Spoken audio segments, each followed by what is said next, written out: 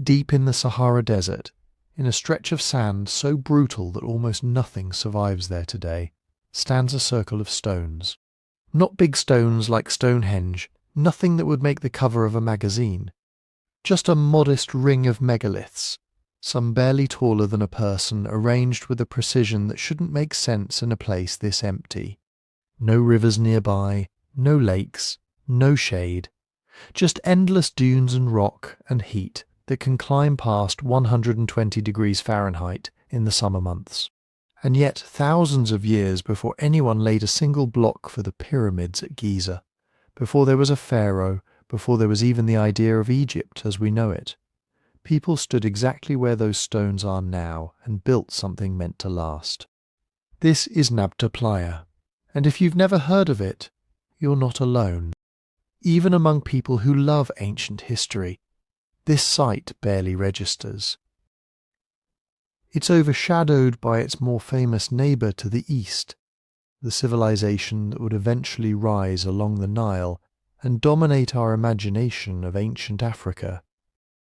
But Nabta Playa came first, long before hieroglyphics, long before the First Dynasty, long before anyone had ever dreamed of a sphinx. There was already a community here, in the middle of what is now one of the most hostile environments on the planet, tracking the stars, herding cattle, and building monuments to mark time itself.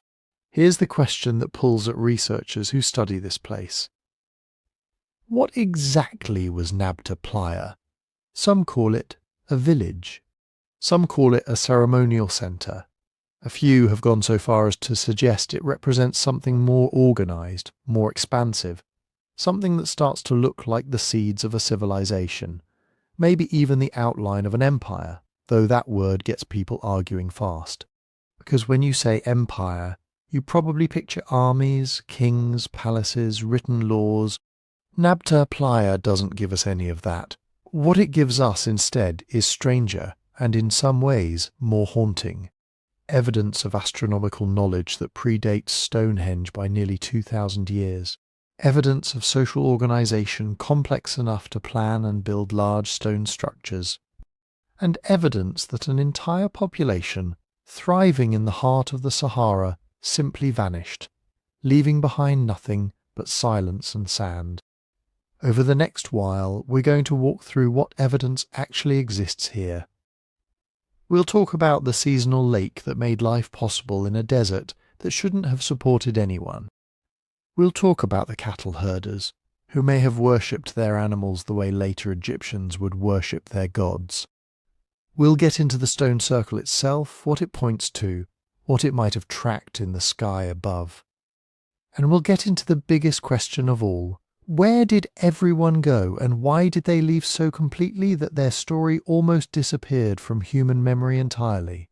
Before we go further, if you're listening to this to fall asleep, that's honestly the whole point of putting these together, so go ahead and get comfortable.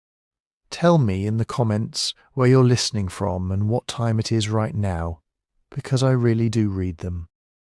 Last week I had someone in Lisbon at midnight, and someone in Melbourne getting ready for their morning coffee, both listening to the same story at the exact opposite ends of the clock. It's a strange, small comfort, knowing this reaches so many different corners of the world. And if you want the easiest way to support what we're doing here, follow the show on Spotify, listen to episodes there, and if you're enjoying them, leave a 5-star review. It genuinely helps more than you'd think, and the link is right there in the description whenever you're ready. Now, let's go back, way back, to a desert that wasn't always a desert at all. Here's something that sounds almost impossible when you first hear it. The Sahara, the largest hot desert on Earth, a place so dry that entire regions can go years without a single drop of rain, used to be green. Not green like a forest, not lush in the way we picture the Amazon or the jungles of Southeast Asia, but green in a way that supported lakes, rivers, grasslands, herds of grazing animals, and yes, human beings living out in the open under the sun instead of clustered around the narrow ribbon of the Nile. Scientists call this period the African humid period, and it wasn't some one-time fluke. It was part of a much larger, slower rhythm playing out across thousands of years, tied to shifts in the Earth's orbit and the tilt of its axis. Changes so gradual that no single person would have ever noticed them happening, but powerful enough to reshape an entire continent over the span of many human lifetimes. Roughly between 14,000 and 5,000 years ago, give or take, depending on which researchers you ask and which region of Africa they're studying, the West African monsoon pushed much further north than it does today. Rain that currently falls hundreds of miles to the south, feeding the tropical belt near the equator, was instead reaching deep into what is now the emptiest, most sun-baked real estate on the planet. Picture what that actually meant on the ground. Rainfall filled ancient basins that had been dry for who knows how long, turning them into seasonal lakes. Grasses spread across what had been bare rock and sand, creating pasture where nothing could have grown before. Wild animals followed the water and the vegetation, giraffes, gazelles, wild cattle, even hippos and crocodiles, according to rock art found scattered across the Sahara, animals you'd never expect to associate with a desert. And where there's grass and water and game, there are people. Human groups followed the same logic every other creature does. They moved toward resources. They followed the rains north as the monsoon pushed further into the desert, then likely retreated south again during drier stretches, adjusting their lives to a landscape that was breathing in and out over centuries. This is the world that Nabta Playa belongs to, not the world of endless dunes we associate with the Sahara today, but this earlier, wetter, far more forgiving version of it, one that most people alive right now have never even considered existed.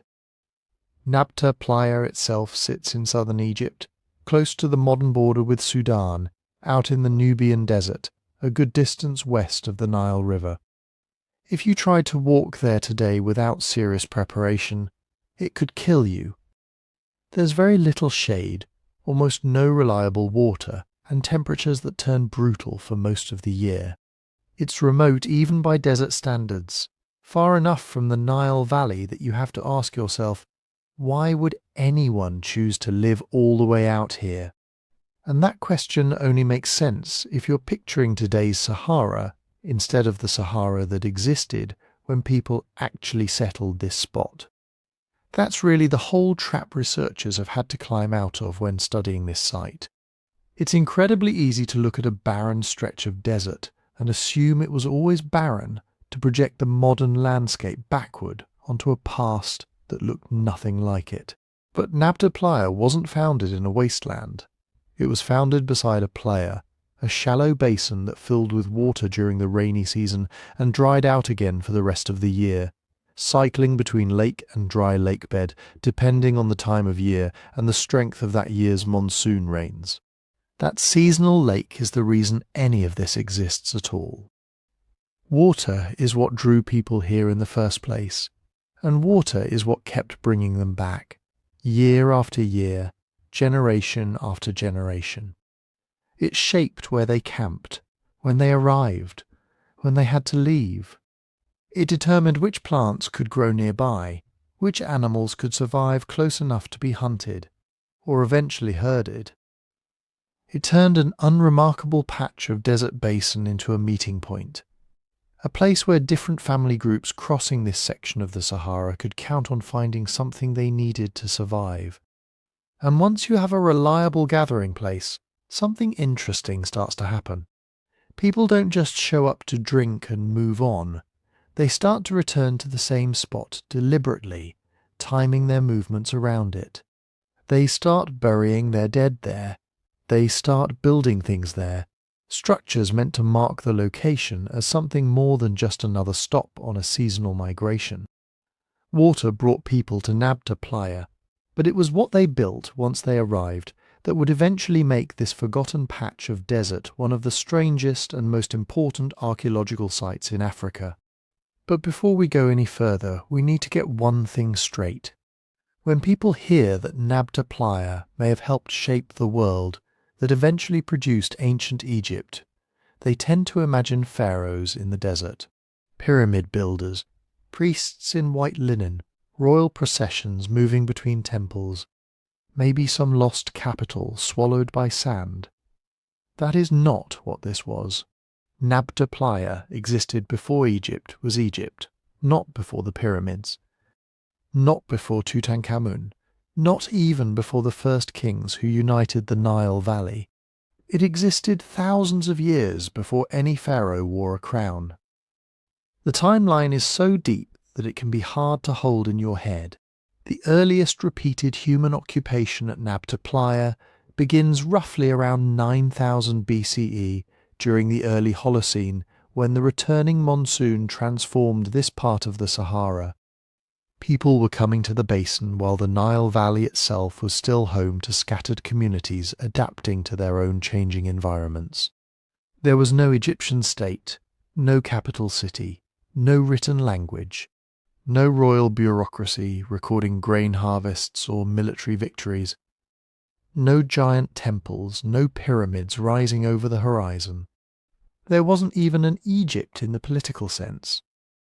The first dynasties of Egypt appear around 3100 BCE, give or take a few generations depending on how you draw the line. That's when rulers based in Upper Egypt in the south began consolidating control over the Nile Valley and Delta. They developed the institutions we recognize as the beginning of pharaonic government. Kingship became centralized, administration expanded, writing emerged for keeping track of goods, people, and power. Symbols of royal authority became standardized. Egypt, as a unified state ruled by dynasties, came into existence. But by then, Nabta Playa had already been a place of gathering, ritual, seasonal movement, and social change for millennia. Think about that. If the first dynasty is the starting line of pharaonic Egypt, Nabta Playa's earliest occupation lies almost 6,000 years before it. That's a longer stretch of time than the entire period separating us from the building of the Great Pyramid. The pyramids feel impossibly ancient to us. But to the people living at Nabta Playa's earliest camps, the pyramids were still far beyond the horizon of history. And even the famous stone circle at Nabta Playa, which we'll get to, was likely built around 4800 BCE. That makes it older than the first Egyptian dynasty by roughly 1700 years. Older than the great royal tombs at Abydos. Older than the first hieroglyphic texts. Older than the moment when one ruler could plausibly claim authority from the Mediterranean coast all the way up the Nile. So when we say this place came before the pharaohs, we don't mean it was an early Egyptian outpost. We mean it belonged to a different world entirely. This is where the language matters. Archaeologists have different words for different levels of social organization, and if we blur them together, the mystery starts turning into fantasy. A prehistoric community is simply a group of people living before written records in that region. They may be highly skilled, deeply spiritual, technologically inventive, and connected to distant neighbours. But they don't leave us written names, laws, tax lists, or royal chronicles. Their history has to be reconstructed from what survives in the ground. Hearths, pottery, animal bones, stone tools, burial sites, and the arrangement of stones no one can ask them to explain. A chiefdom is something more organised. It usually involves several communities linked under influential leaders, perhaps families with inherited status, control over ceremonies, livestock, exchange networks, or access to key resources. There may be social inequality. Some burials may be richer than others. Certain people may have more power, more prestige, and more ability to organise labour. But a chiefdom is not automatically a kingdom. A state goes further still. States have durable institutions. They can collect taxes or tribute. They administer territory. They enforce authority through officials, laws, labour systems, and sometimes armies. Ancient Egypt became one of the world's most famous early states, because it developed all of this on an extraordinary scale, tied to the predictable rhythms of the Nile. And an empire is bigger again. An empire rules over multiple peoples and territories, often through conquest, tribute, military force, and distant administration. The Egypt of later pharaohs sometimes became an empire, extending influence into Nubia, the Levant, and beyond. But that was thousands of years after Nabta Playa's first inhabitants began returning to their seasonal lake. So was Nabta Playa an empire before Egypt? Almost certainly not, at least not if we use the word empire in any meaningful historical sense.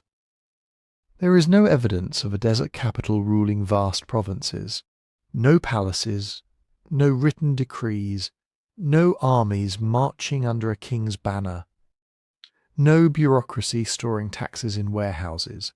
Calling it an empire makes for a dramatic headline, but it can also hide what makes the site genuinely astonishing.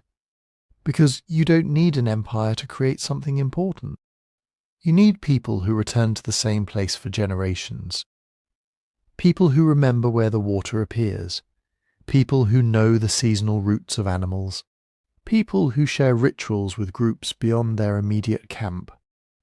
People who can organize enough labor to move stones, bury cattle, build monuments, and turn a landscape into a sacred map.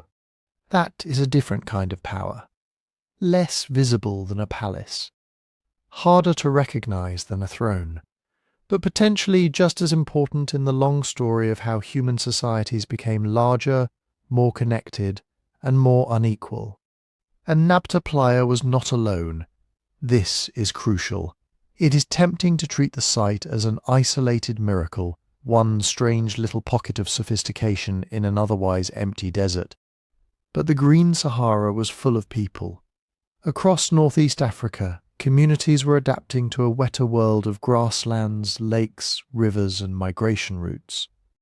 They hunted, fished, gathered wild plants, made pottery, managed animals, exchanged materials, and developed local traditions that changed over thousands of years.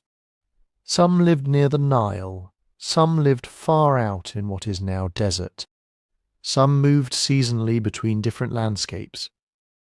Some may have maintained ties across enormous distances, linking the Nile Valley, the Eastern Sahara, Nubia, and regions farther south and west. Nabta Playa was part of that wider northeast African world. It was a node in a network, not a civilization dropped from another planet. That matters because Egypt did not emerge from nowhere either. The first pharaohs inherited a landscape already shaped by thousands of years of human experimentation. Before there were kings, there were herders. Before royal cemeteries, there were older burial traditions. Before state-sponsored temples, there were places where communities gathered around ritual spaces. Before hieroglyphs recorded the names of rulers, generations of people had already been building shared identities through memory, movement, ceremony, and the control of valuable resources. None of that means Nabta Playa was secretly Egypt. The evidence doesn't allow us to say that. Cultural influence is rarely a straight line, and people moved, mixed, disappeared, and changed in ways archaeology can only partly recover. But it does mean that the story of Egypt begins long before the first dynasty. It begins in a wetter Africa, in seasonal lakes that no longer exist, in communities whose names are lost, in places like Nabta Playa, where people learned that a landscape could be more than a source of food and water. It could be a place of return, a place of memory, a place where scattered groups became something larger when the rains came. But how do we know any of this? How do we look at a dry basin in the southern Egyptian desert and see a place where people gathered for thousands of years? How do we distinguish a random scatter of stones from a monument, an animal bone from a meal, a dark patch in the soil from the remains of a fire that burned 8,000 years ago? The answer is not one spectacular discovery. It is pattern. Nabta Playa was brought to wider archaeological attention in the 1970s, When survey teams working in Egypt's western desert began documenting prehistoric sites across a landscape most people assumed had always been empty. Among the most important researchers were Fred Wendorf, Romuald Schild, and the members of the combined prehistoric expedition. They were not searching for a lost kingdom with gold, inscriptions, and temple walls. They were mapping a vanished world. And at first Nabta Playa did not look like much. Today it is an exposed basin surrounded by desert. The lake is gone, the grasses are gone, the herds are gone. There are no standing towns, no mud brick houses rising from the sand, no walls marked with the names of rulers, just gravel plains, wind-blown dunes, scattered stone and heat. But once archaeologists started walking the landscape carefully, the ground began giving up clues. Here was a cluster of stone tools, there, fragments of pottery. A few meters away, a concentration of charcoal and burned stone, then animal bone, then grinding stones used to process plants. Then the outline of a pit that may once have been a storage feature, a well, or part of a temporary dwelling. None of these finds alone proves very much.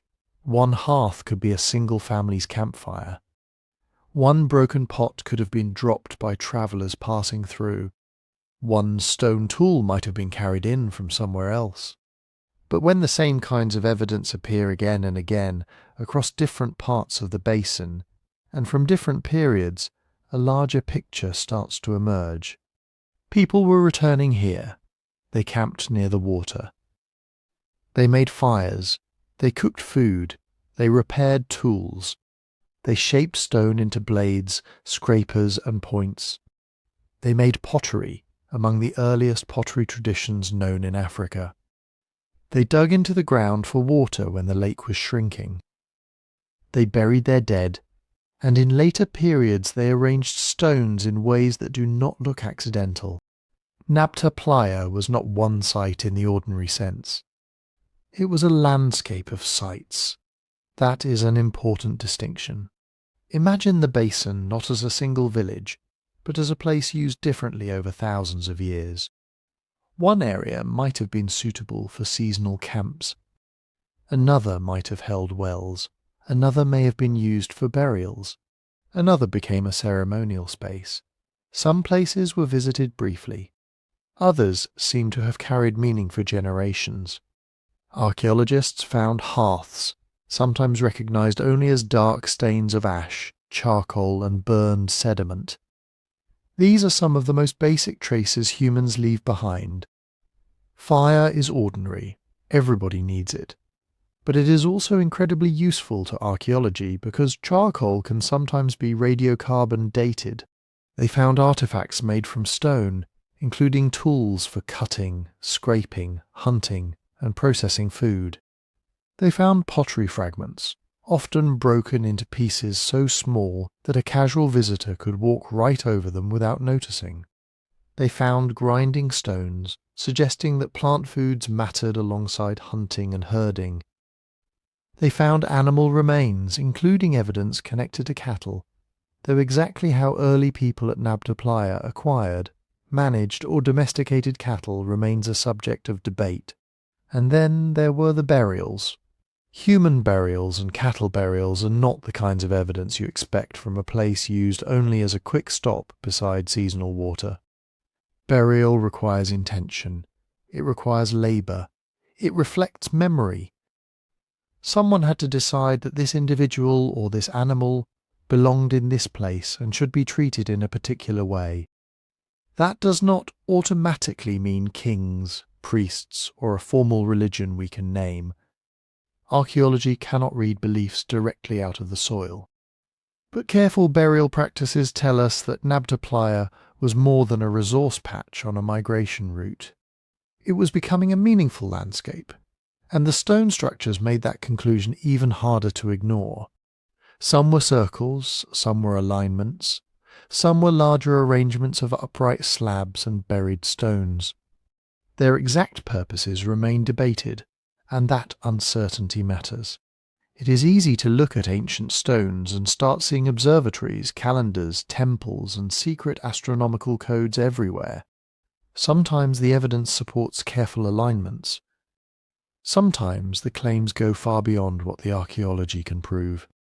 But whatever every individual feature meant, these arrangements were not simply natural geology. People selected stones, moved them, positioned them, returned to them. In a region where movement, water, animals, and seasonal change shaped every part of life, transforming stone into a permanent marker may have been a powerful act. The problem is that Nabta Playa has not survived intact. For thousands of years, wind has scoured the basin. Sand has shifted across it, uncovering some features and burying others. Rain, when it came, could erode sediments and move small artifacts far from where they were originally dropped. Animals could disturb shallow burials. Later visitors might walk across older sites without knowing they were there. Even the process of archaeological investigation can only expose a fraction of what once existed. This is not Pompeii.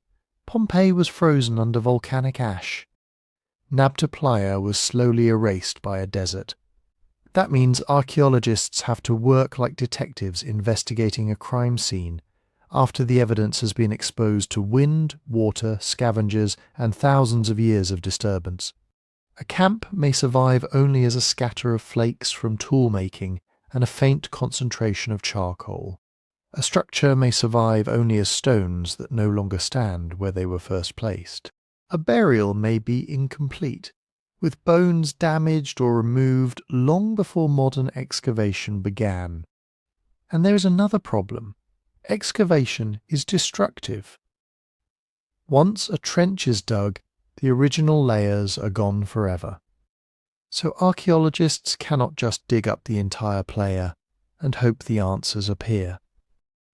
They survey first, they map artifact scatters, they record elevations, they study soils, they collect samples, they compare one cluster of evidence with another. Then they excavate selected areas carefully, layer by layer, recording exactly where each object was found. The location of an object can be as important as the object itself. A cattle bone found alone means one thing. A cattle bone deliberately placed in a pit beneath a stone structure may mean something very different. Charcoal scattered across the surface could have blown in from elsewhere. Charcoal sealed inside an ancient hearth gives a much stronger clue about when that fire burned. This is where radiocarbon dating becomes crucial. Living things absorb carbon while they are alive. After death, a radioactive form of carbon begins to decay at a predictable rate. By measuring what remains in charcoal, bone, shell, or other organic material, scientists can estimate how long ago that material stopped living. It is not a magic timestamp. Dates come with ranges. Samples can be contaminated. Charcoal might come from old wood burned centuries after it grew. A bone may have been moved from its original location. Archaeologists have to ask not just how old is this sample, but what event is this sample actually dating? Still, when many radiocarbon dates are compared across a site, patterns begin to appear. At Nabta Playa, those patterns suggest repeated occupation, beginning in the early Holocene, roughly around 9000 BCE, when monsoon rains reached much farther north than they do today. They show that the basin was used over long stretches of time, not occupied once and forgotten, and they indicate that some of the most elaborate stone features and ritual activity belong to later phases, after communities had already been returning to the area for millennia. Environmental evidence helps fill in the rest. Ancient lake sediments can reveal when water stood in the basin. Pollen, plant remains, animal bones, and microscopic traces from the soil can hint at the vegetation and climate people lived with. The presence of certain species tells us that the Sahara was not always the hyper-arid desert we see now. There were wet phases, grasslands, seasonal lakes, more reliable grazing. conditions that allowed people and animals to move through regions that would later become almost impossible to cross. But environmental evidence also has limits. A pollen grain does not tell us what people believed. A lake deposit does not reveal who led a ceremony. A stone circle does not come with instructions explaining its meaning. That is the central frustration of Nabta Playa. There are no texts. No king carved his victories into a wall. No priest recorded the names of the gods honoured beside the lake. No traveller wrote down what the stones meant, why cattle were buried, or what happened when scattered communities came together after the rains. Archaeology gives us the material traces of choices. It gives us hearths, bones, tools, pottery, wells, graves and stones. It can show what people did often enough for it to leave a pattern in the ground. But it cannot give us a complete history. It cannot tell us the names of the people who returned here. It cannot tell us whether they argued over cattle, celebrated marriages, mourned children, negotiated alliances, or watched the sky for the first signs of rain. Those things are mostly gone, mostly because the patterns that remain are enough to tell us something remarkable. Nabta Playa was not an empty desert accident. It was a place repeatedly chosen, used, remembered, and transformed. And the more archaeologists mapped that ancient lake basin, the clearer one fact became. The people who came here were not simply surviving the Green Sahara. They were beginning to organize it. What did that organization look like in the beginning? Probably not a kingdom, not a city, not even a permanent village. The earliest people at Nabta Playa were mobile hunter-gatherers living in a world ruled by rain, and that rain changed everything. Today, the western desert of Egypt is one of the driest places on earth. In many areas, a person could travel for days without finding reliable surface water. But during the early Holocene, beginning roughly 9000 BCE, the African monsoon pushed far north into the Sahara. Summer rains filled shallow basins, grass covered ground that is now bare gravel. Temporary lakes appeared where there is only dust today. Nabta Playa was one of those places. For part of the year, water collected in the basin. Not necessarily a deep, permanent lake with boats drifting across it, but a broad seasonal wetland. Pools, mudflats, reeds, wet ground, enough water to attract animals, birds, fish, and people. Then, as the dry season advanced, the water shrank. That cycle shaped life here. People could not simply settle beside the lake and expect it to remain. They had to move with the seasons, following rainfall, grazing, wild plants, and animal migrations across a Sahara that was greener than today, but still unpredictable. Imagine a small group arriving after the rains. They know the basin. Maybe their parents knew it. Maybe their grandparents knew it. They know where water tends to gather first, where animals come down to drink, where the ground stays damp after the open pools begin disappearing. They set up a temporary camp. Fires are lit, stone tools are repaired. Pots are unpacked. People begin gathering what the season has provided, and one of the most important resources may have been hidden below their feet. Wells. Archaeologists have found evidence of dug features in and around the basin that may have helped people reach water after the surface lake began to dry. That is a major shift in what a seasonal landscape could offer. Surface water is obvious. Anybody can see it. Groundwater is different. It requires knowledge. You need to know where to dig, how deep to go, which sediments hold moisture, and when the effort is worth it. A well turns a fading lake into a longer season of survival. It does not mean Nabta Playa became a permanent town overnight, but it means people were doing more than reacting passively to the environment. They were learning how to extend the usefulness of a place. They were making the seasonal lake last. And once a group has invested labour in a well, the location becomes harder to abandon completely. You return because there is water, but you also return because you know where the water is.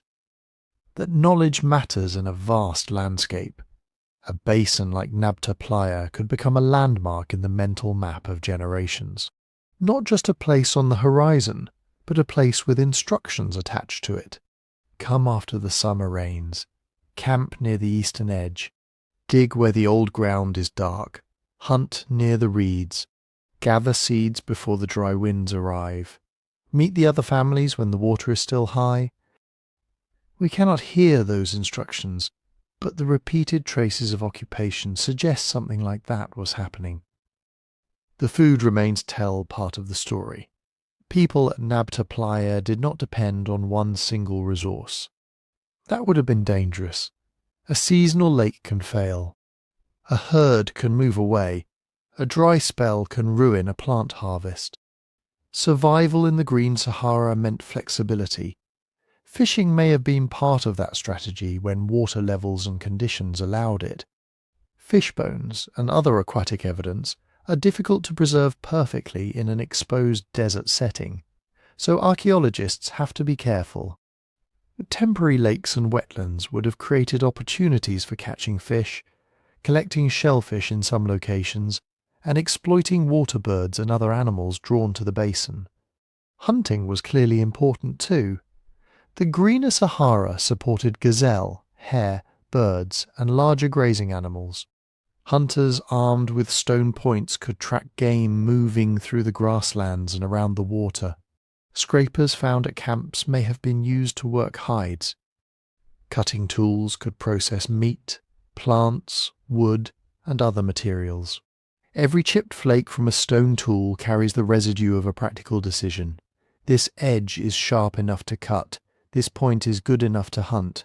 This scraper can keep a hide useful for one more season. But hunting alone was never the whole story. Grinding stones found at Nabta Playa show that plant foods mattered. Wild grasses could provide seeds. Tubers, fruits, nuts, and other gathered plants may have added calories and nutrients when available. Processing these foods takes time. Seeds have to be collected, cleaned, crushed, and sometimes cooked. But they can also be dependable in ways hunting is not. A hunter can return empty-handed. A patch of edible plants, if you know where and when to find it, can feed many people. That is why the early inhabitants of Nabta Playa should not be imagined as either hunters or farmers in the simple categories we like to use. Their lives were more complicated than that. They were expert opportunists, adjusting their food strategies to changing water, weather, animal behavior, and plant seasons. In one year, fishing might matter more. In another, hunting. In another, gathered grass seeds and stored foods might make the difference between getting through the dry season and leaving early. And pottery gave them new possibilities. Some of the pottery associated with early Saharan communities is remarkably old, part of a broader African tradition that developed long before agriculture became widespread in the region.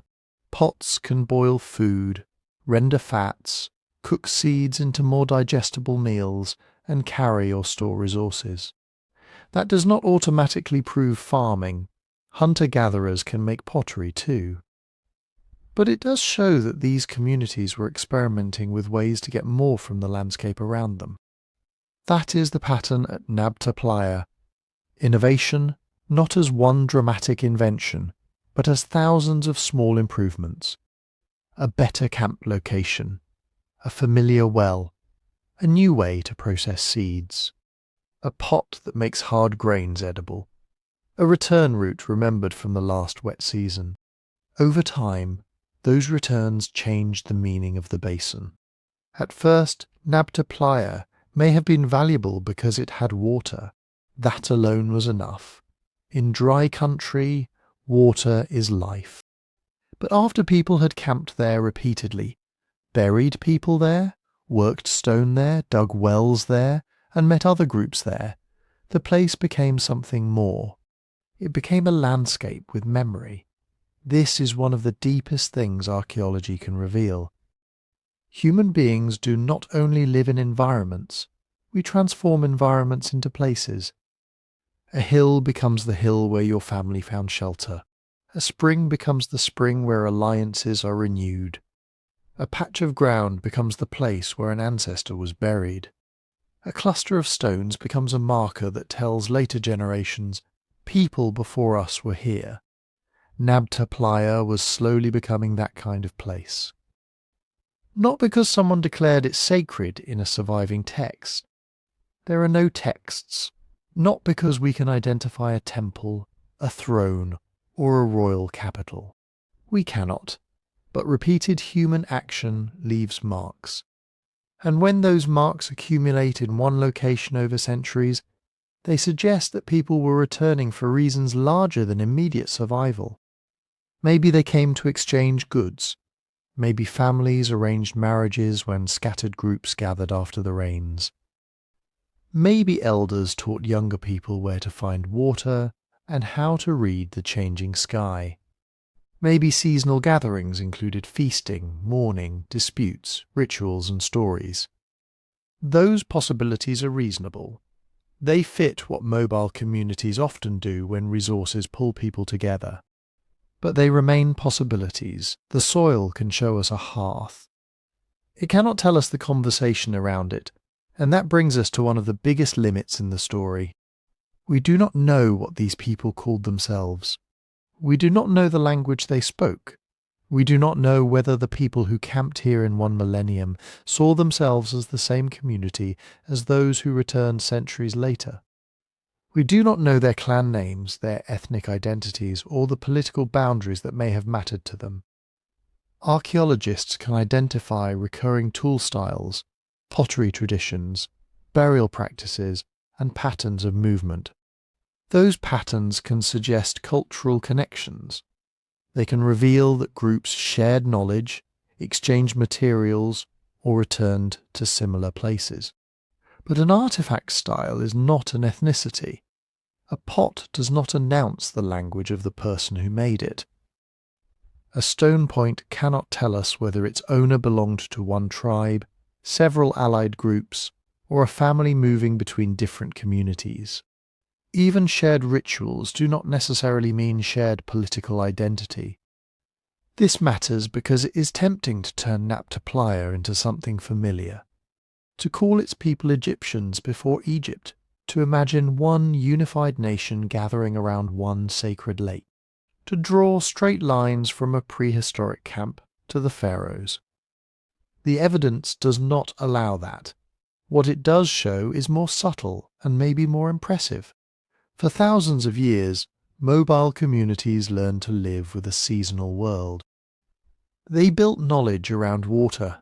They diversified their food. They returned to the same basin often enough to fill it with memory. And eventually, some of those communities began changing their relationship with animals in a way that would transform everything. Because beside the seasonal lake, another kind of wealth was beginning to appear. Cattle at first. That word sounds simple. Meat, milk, hides, bone tools, an animal to hunt, then perhaps an animal to keep. But cattle changed far more than the menu. They changed how people moved across the landscape. They changed what counted as wealth. They created new obligations between families. They gave ritual a living, breathing centre. And at Nabta Playa, the evidence suggests that cattle were becoming important long before the first pharaoh wore a crown beside the Nile. The difficult question is exactly how early this began. Archaeologists have found cattle bones at Nabta Playa dating back to the early Holocene. Some researchers have argued that these animals were already being managed by people, perhaps protected around reliable water sources during dry seasons. Others are more cautious. The bones are fragmentary. The animals may have been hunted wild cattle rather than herded domestic ones. And in a region where climate, animal ranges, and human movement were all changing rapidly, that distinction is not always easy to prove. This is one of those moments where archaeology refuses to give us a clean answer. A bone can tell us an animal was present. It can sometimes reveal its age, sex, size, diet, or butchering marks. But it cannot always tell us whether a person saw that animal as prey, property, a ritual gift, or something in between. Still, by later periods at Nabta Playa, the picture becomes harder to dismiss. Cattle appear repeatedly in the archaeological record. Their remains occur in contexts that suggest they were not just random game animals taken during a hunt. There is evidence of deliberate cattle burials.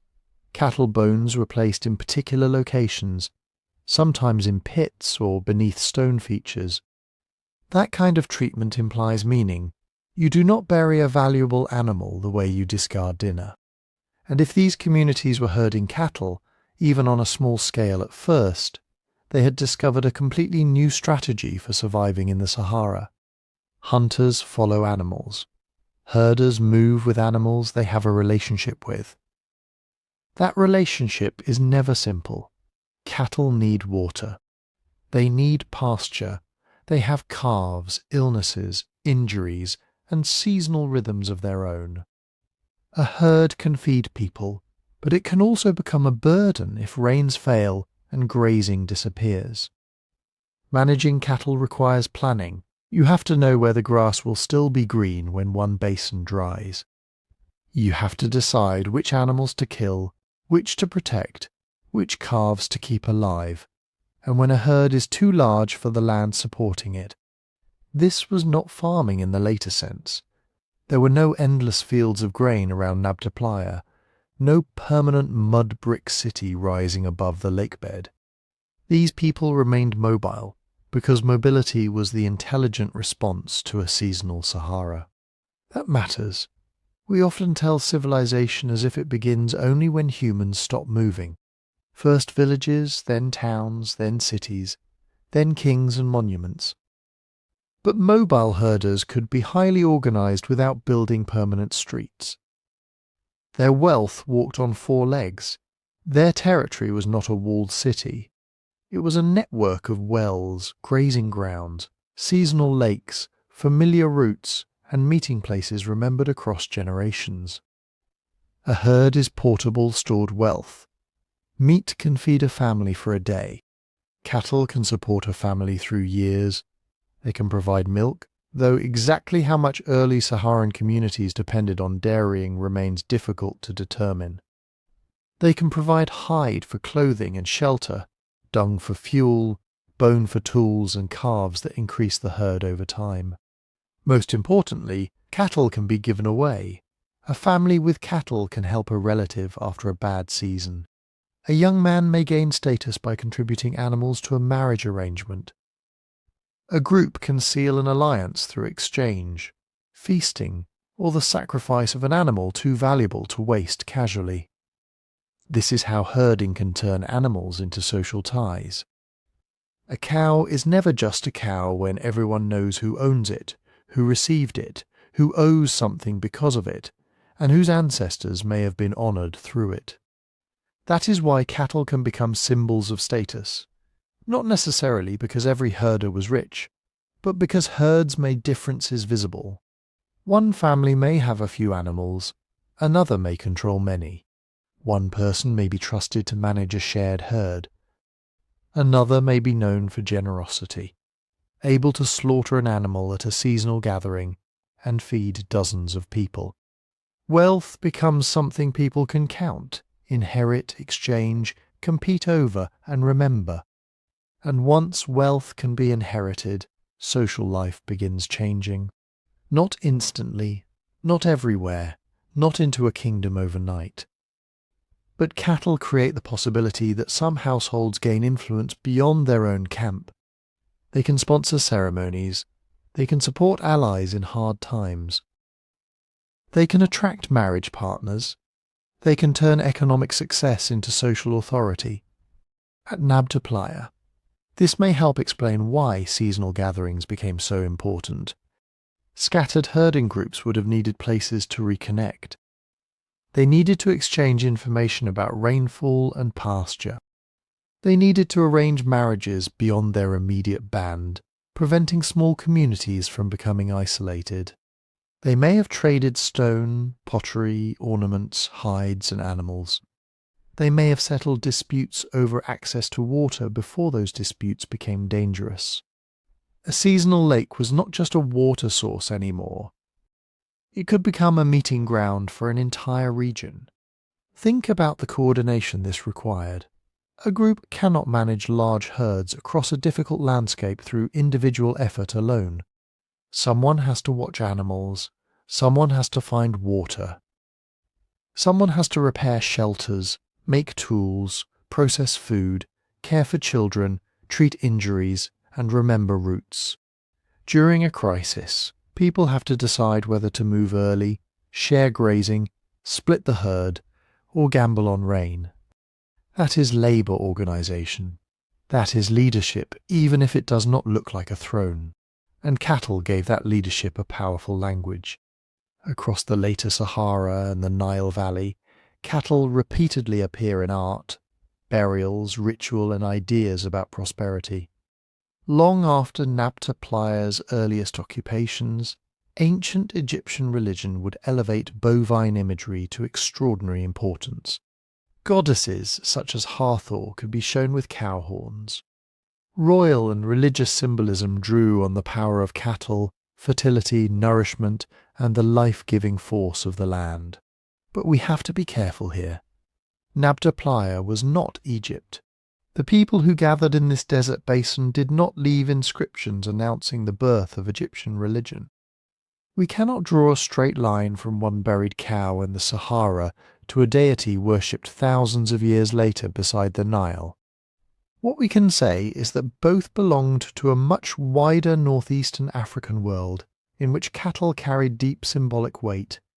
Ideas can travel through migration, marriage, trade, and shared ritual.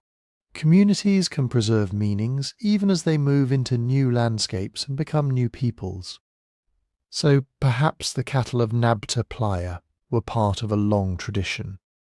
Not necessarily the direct beginning of pharaonic Egypt, but one early thread in a much larger tapestry of Saharan and Nile Valley life.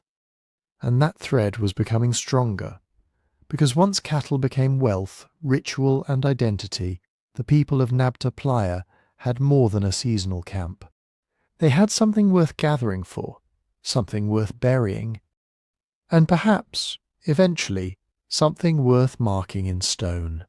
And perhaps, eventually, something worth marking in stone. At Nabta Playa, they did exactly that. Near the edge of the ancient lake basin, archaeologists found a small circle made from upright sandstone slabs. It is not enormous. This is not Stonehenge. You could not see it from miles away rising above the desert. The circle is only a few meters across, roughly 4 meters in diameter, built from stones that would have stood around waist-high or chest-high when they were first placed. But size can be misleading. The stones were not scattered randomly across the ground. They were arranged deliberately. A ring of slabs enclosed a central space. Several larger stones formed what appear to be paired openings, creating narrow alignments through the circle. Other slabs stood within it. The result was not a shelter, a windbreak, or the accidental remains of a collapsed camp. It was a design, and in a landscape where people still moved with seasons, herds, rain, and water, that design mattered. Think about what it took to build even a small monument in the Sahara 7,000 years ago. First, someone had to decide that this particular place mattered, not just for one family in one season, but enough to justify work that would outlast the people doing it. Then stones had to be selected, moved, positioned and set upright. People had to agree on the arrangement. They had to return to it, maintain the memory of it, and teach the next generation what it was for. A campfire disappears in a day. A stone circle tells people, "Come back here." That may be its most important message. The circle at Nabta Playa is often described as one of the world's earliest astronomical monuments. And there is a reason for that. Some of its stone alignments appear to correspond with the rising sun around the summer solstice, the longest day of the year. For people living beside a seasonal lake, the summer solstice was not an abstract date on a calendar. It was tied to survival. In the eastern Sahara, the arrival of summer rains transformed the world. Dry basins filled, grass returned, animals gathered. Herders could move into country that would be impossible to occupy during the harshest part of the year. The changing position of the sunrise may have offered a useful signal that this transformation was near. If you depend on rain, you pay attention to the sky. You notice where the sun rises on the horizon. You notice the moon, the stars, the direction of wind, the return of birds, the first changes in plants. Over generations, these observations can become a seasonal knowledge system. Not astronomy in the modern scientific sense, with equations and telescopes, but careful practical attention to patterns in the heavens. At Nabta Playa, some researchers argue that the circle's paired stones framed the sunrise at or near the summer solstice. If that interpretation is correct, the monument may have helped people recognize a crucial moment in the annual cycle, the season when the desert began, briefly, to live again. But this is where the story needs caution. The alignment is real in the basic sense that the stones were intentionally placed. Nobody looking at the circle can reasonably call it natural. Its builders were organizing space with purpose, and the possible connection to the solstice is plausible, especially because seasonal timing would have been so important to the people gathering at the playa. The more dramatic claims are harder to prove. Over the years, Nabta Playa has been linked not only to the sun, but to complex star maps, distant constellations, and hidden knowledge of astronomical cycles far beyond what the evidence can securely support. Some theories suggest the internal stones were arranged to represent particular stars.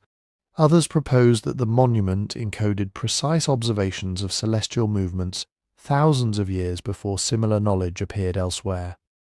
Those ideas are fascinating, but fascinating is not the same as established.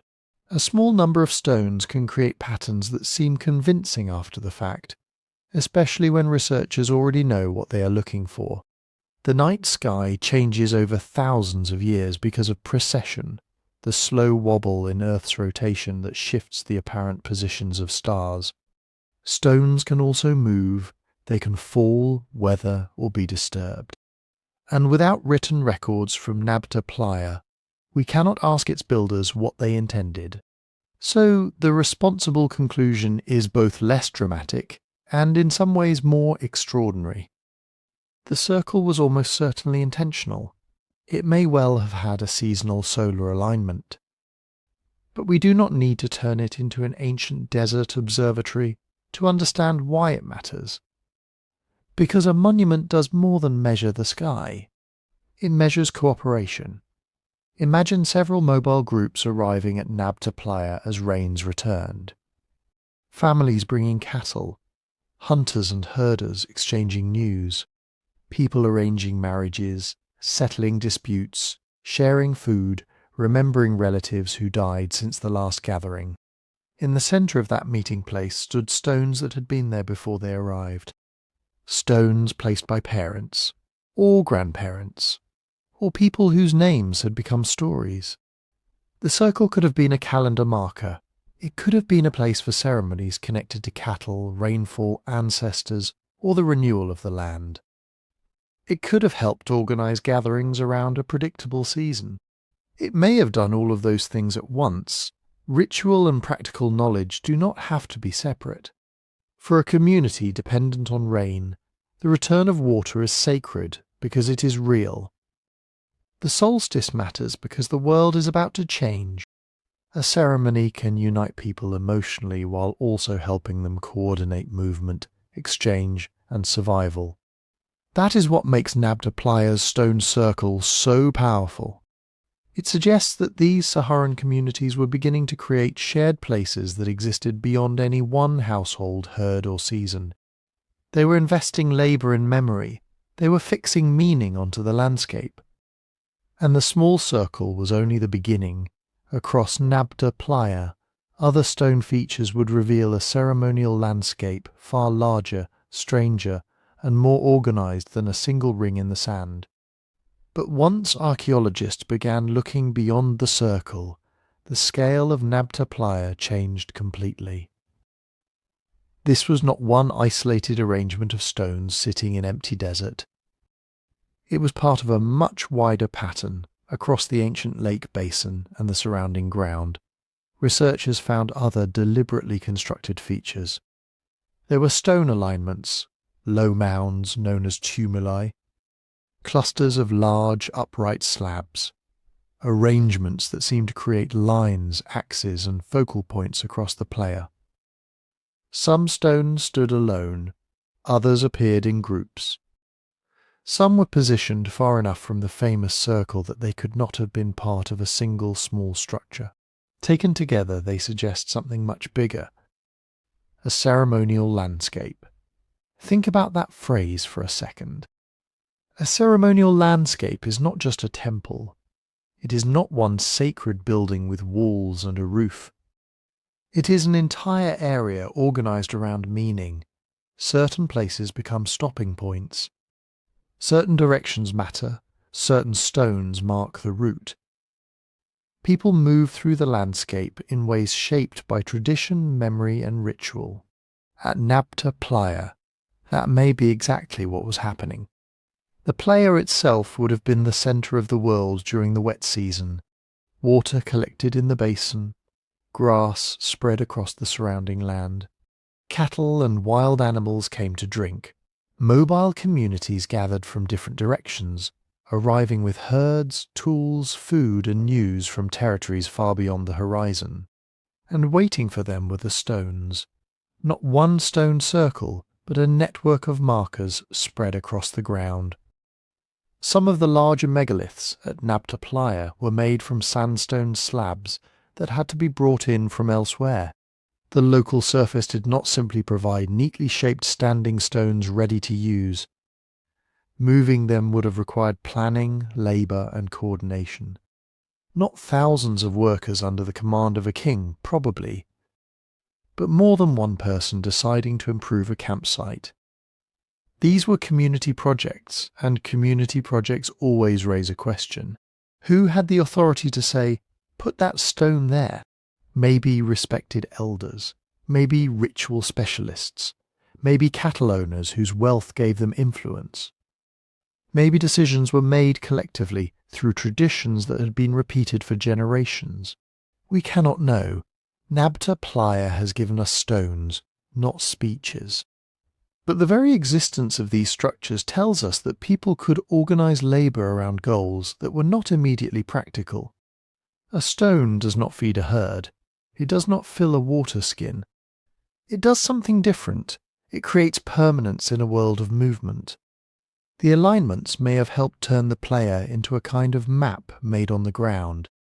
A person arriving at the seasonal lake may have known where to camp, where ceremonies took place, where particular families gathered, where animals were presented, where disputes were settled, or where the dead were remembered.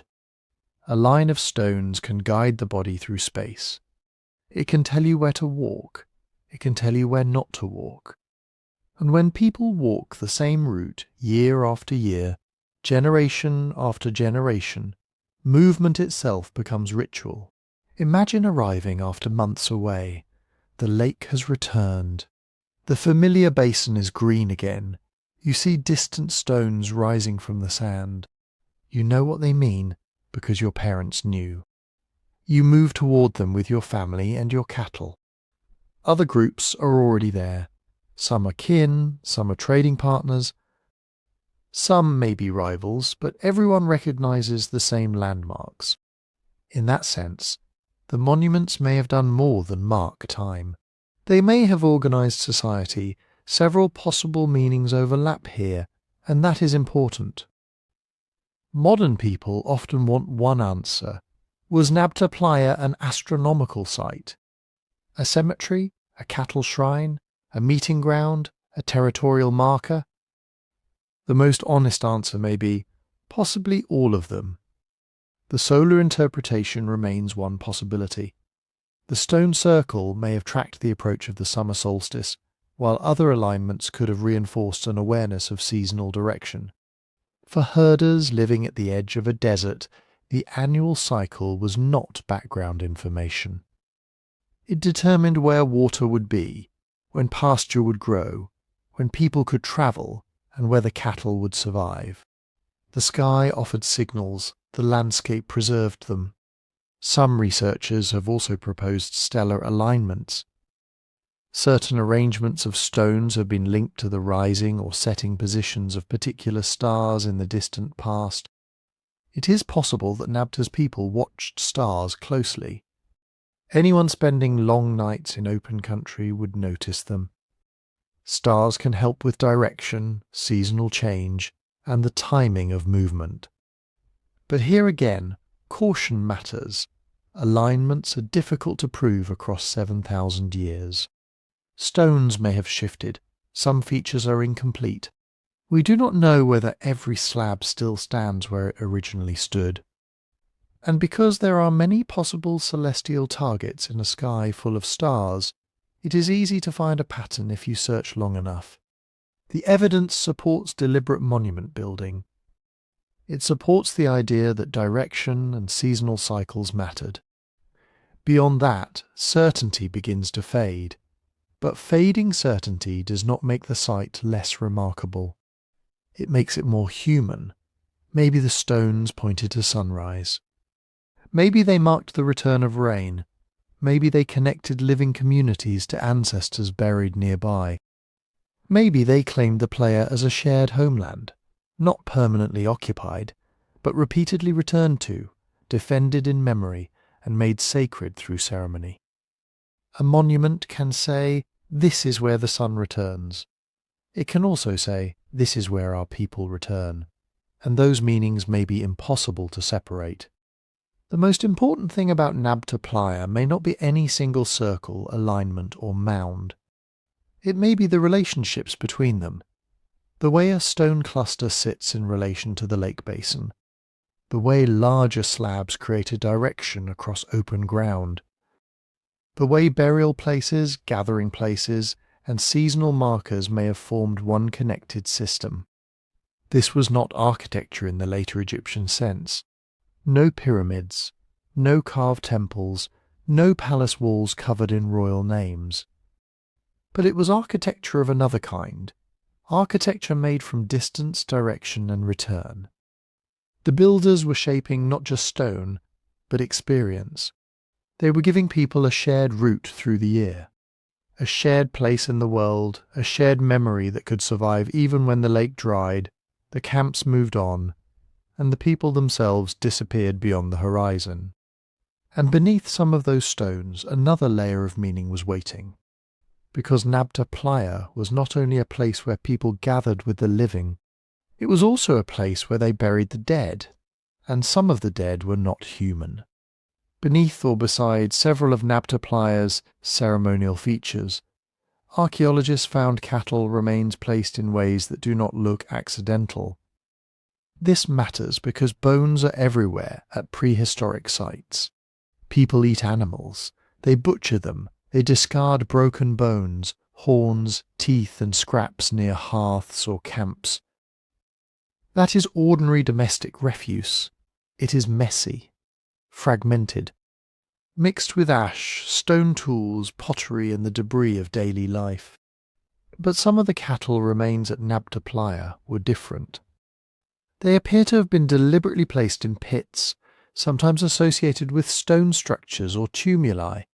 Instead of scattered leftovers from a meal, they included substantial portions of animals, in some cases complete or nearly complete skeletons.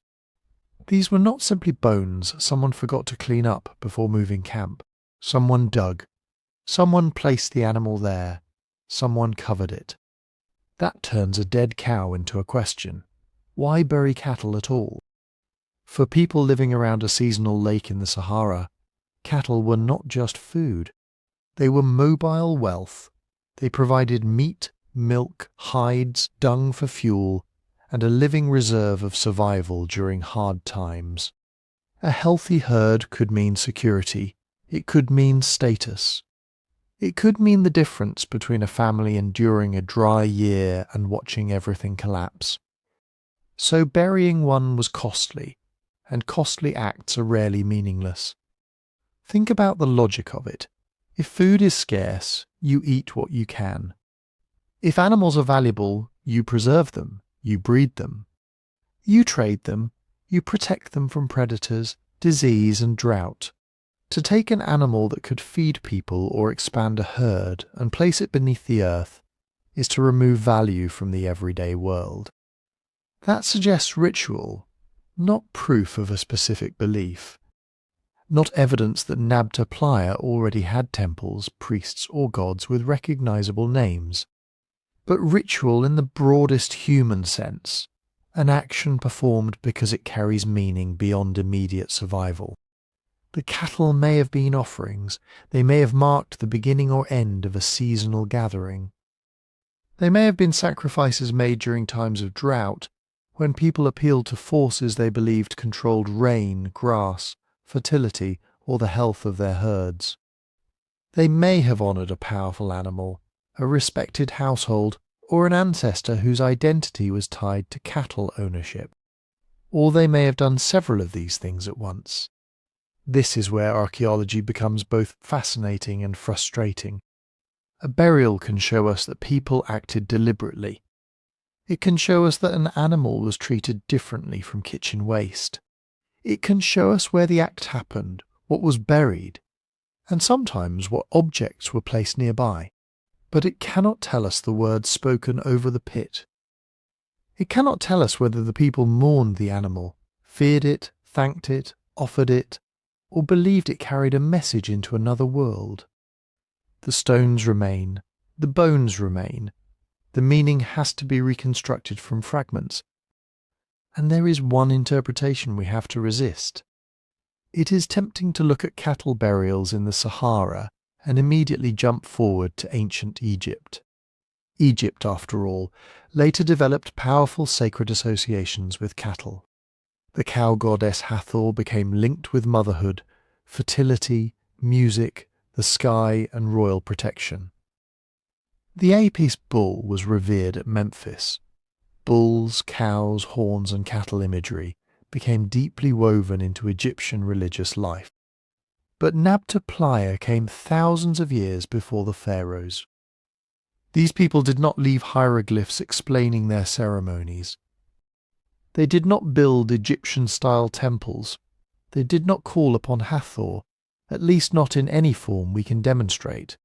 To project later Egyptian religion directly backward onto Nabta is to turn a possibility into a story we want to be true. The connection may be real in a much broader sense. Saharan herding communities could have helped create cultural traditions in which cattle carried unusual social and symbolic importance. Ideas can travel, people can migrate. Ritual habits can survive, change and merge with new beliefs over thousands of years. But a distant echo is not the same thing as direct identity. What Nabta Playa gives us is earlier, stranger, and in some ways more powerful. It shows that cattle had become part of a ceremonial world, not merely herded, not merely eaten, marked out. At ordinary camp areas, animal remains tend to reflect practical life. Bones are broken for marrow, meat-bearing parts are processed. Fragments are discarded where people cooked, worked and lived. The pattern tells the story of calories, labour and survival. A formal cattle burial tells another story. It says that at least some animals had crossed a boundary. They were no longer only resources, they had become symbols. Maybe of the herd itself, maybe of prosperity, maybe of a family's claim to influence. In a community where cattle represented wealth, The ability to give one up could have been a public display of authority. It could say, "Our household has enough." Or perhaps, "Our household accepts an obligation that binds us to everyone else." That last possibility is important. A sacrifice is not always about power over others. Sometimes it is about responsibility to others. Imagine several groups arriving at Nabta Playa when the rains returned. For months they may have travelled separately, following different routes through a landscape that could become deadly when water failed. At the lake they meet again. They exchange news. They arrange marriages. They settle disputes. They trade tools, hides, and animals. They remember who helped whom during the last dry season. Then perhaps a cow is chosen not because it is worthless, because it is valuable. Its burial could turn private wealth into a public act.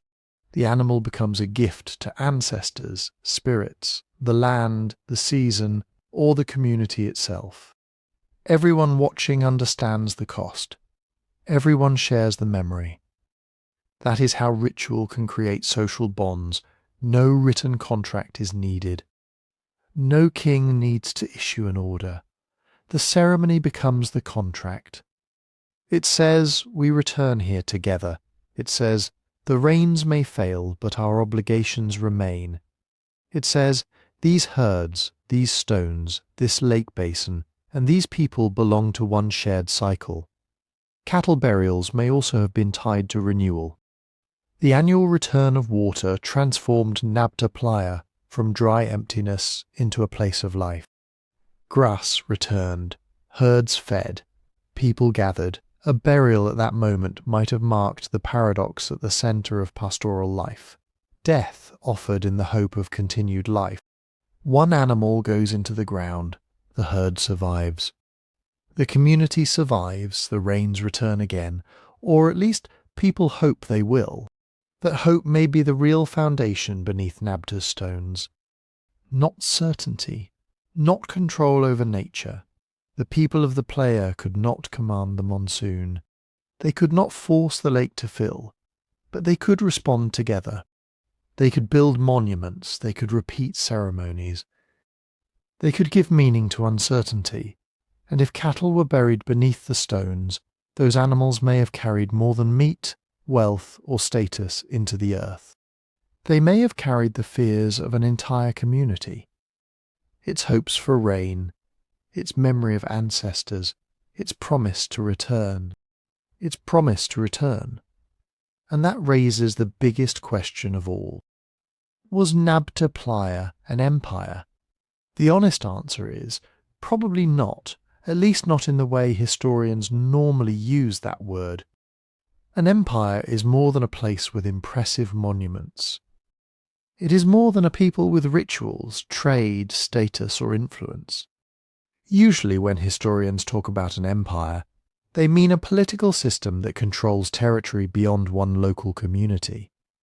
A centre that commands a wider region, rulers above ordinary people, officials who collect tribute, organise labour, settle disputes, and enforce decisions, armies, or at least some organised power capable of making other communities obey, and in many cases writing records of taxes, lists of goods, orders sent from a palace, names of kings carved into stone, accounts of grain, cattle, land, soldiers, and conquered enemies. Nabta Playa has none of that. No palace has been found beneath the sand. No royal tomb filled with symbols of an unquestioned ruler.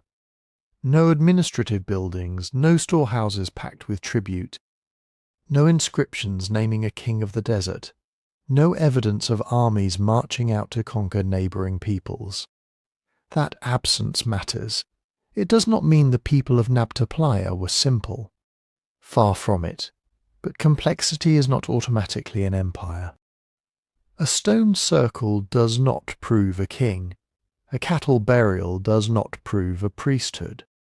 A ceremonial landscape does not prove a centralized state. Archaeology can tell us what people did. It can show patterns of settlement, movement, diet, craft, burial, and construction. But it has limits when we see stones arranged with care, cattle buried deliberately, and monuments placed across a landscape. We can say there was coordination. We can say people shared ideas. We can say certain places mattered enough for communities to return to them, generation after generation. But we cannot leap from that evidence to pharaohs before the pharaohs. Not yet. Maybe not ever. Still, the evidence does suggest something important was happening at Nabta Playa. Building monuments requires planning. Even relatively small stone structures do not assemble themselves. People had to decide what to build. They had to choose stones, move them, place them, and make sure others understood the significance of the place. If the structures were used repeatedly over long periods, then knowledge had to be passed on. This stone goes here. This burial belongs there. This is where we gather when the rains return. That kind of shared knowledge is a form of power, and it may have created social differences. Some people may have owned more cattle than others. Some families may have had greater influence because they controlled herds, maintained trade connections, or claimed special ties to ancestors. Some individuals may have been trusted to remember ceremonies, track seasonal changes, interpret the sky, or decide when a gathering should begin. That is possible social hierarchy, but possible is not proven. There is a huge distance between a respected ritual leader and a king, between influential cattle owners and a bureaucracy, between a gathering place and a capital city. If you enjoy mysteries like this, the channel's book about 12 unexplained mysteries is available on our website, with the link in the description. Because Nabta Playa is exactly the kind of case that makes the past so compelling. The evidence is real, but the final answer remains just beyond reach. So, if Nabta was not an empire, what was it? A better possibility is that Nabta Playa was the ceremonial heart of a much wider network. Picture the Sahara during the African humid period. Not an empty desert, but a vast and changing grassland crossed by mobile communities. Herding groups moved with cattle, following rain, pasture, and water. They may have spent much of the year far apart, spread across enormous distances. One family near a seasonal pond, another beside a grassland corridor, another following herds along the edge of a vanished river. Then, at certain times, they came together. Nabta Playa may have been one of those places, a destination, a meeting point, a place where separate communities became, briefly, something larger.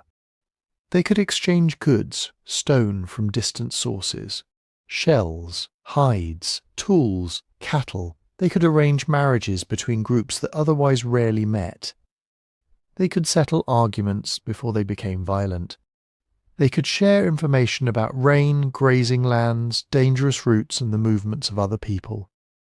And they could perform ceremonies that reminded everyone of their shared obligations. This is not an empire held together by soldiers and taxes. It is a network held together by memory, by kinship, by cattle, by ritual, by the knowledge that when the dry season became unbearable, there were other people somewhere beyond the horizon who recognized the same stones, followed the same seasonal rhythms, and returned to the same sacred ground. That kind of network can be powerful without looking like a state. In fact, for mobile pastoral communities, it may have been more useful than a state. A rigid capital cannot move when the rains fail. A palace cannot follow grasslands. But a web of alliances can stretch, bend, split apart, and reconnect. One group can survive in a better watered region while another suffers. Families can exchange animals after a drought. Relatives can offer shelter. Knowledge can travel farther than any single herd. The true strength of Nabta Playa may not have been control over land. It may have been control over connection, and that could explain why the site feels so much larger than the number of people who may have lived there at any one time. Nabta was not necessarily a city. It may have been a stage where scattered communities performed their unity. The monuments gave that unity a physical form. The cattle burials gave it cost. The seasonal lake gave it a timetable. And the desert gave it urgency. Because in a landscape where survival depended on rain that might or might not come, no community could afford to stand entirely alone. But Nabta Playa was not the only place in the Green Sahara where people lived, herded, traded, and remembered.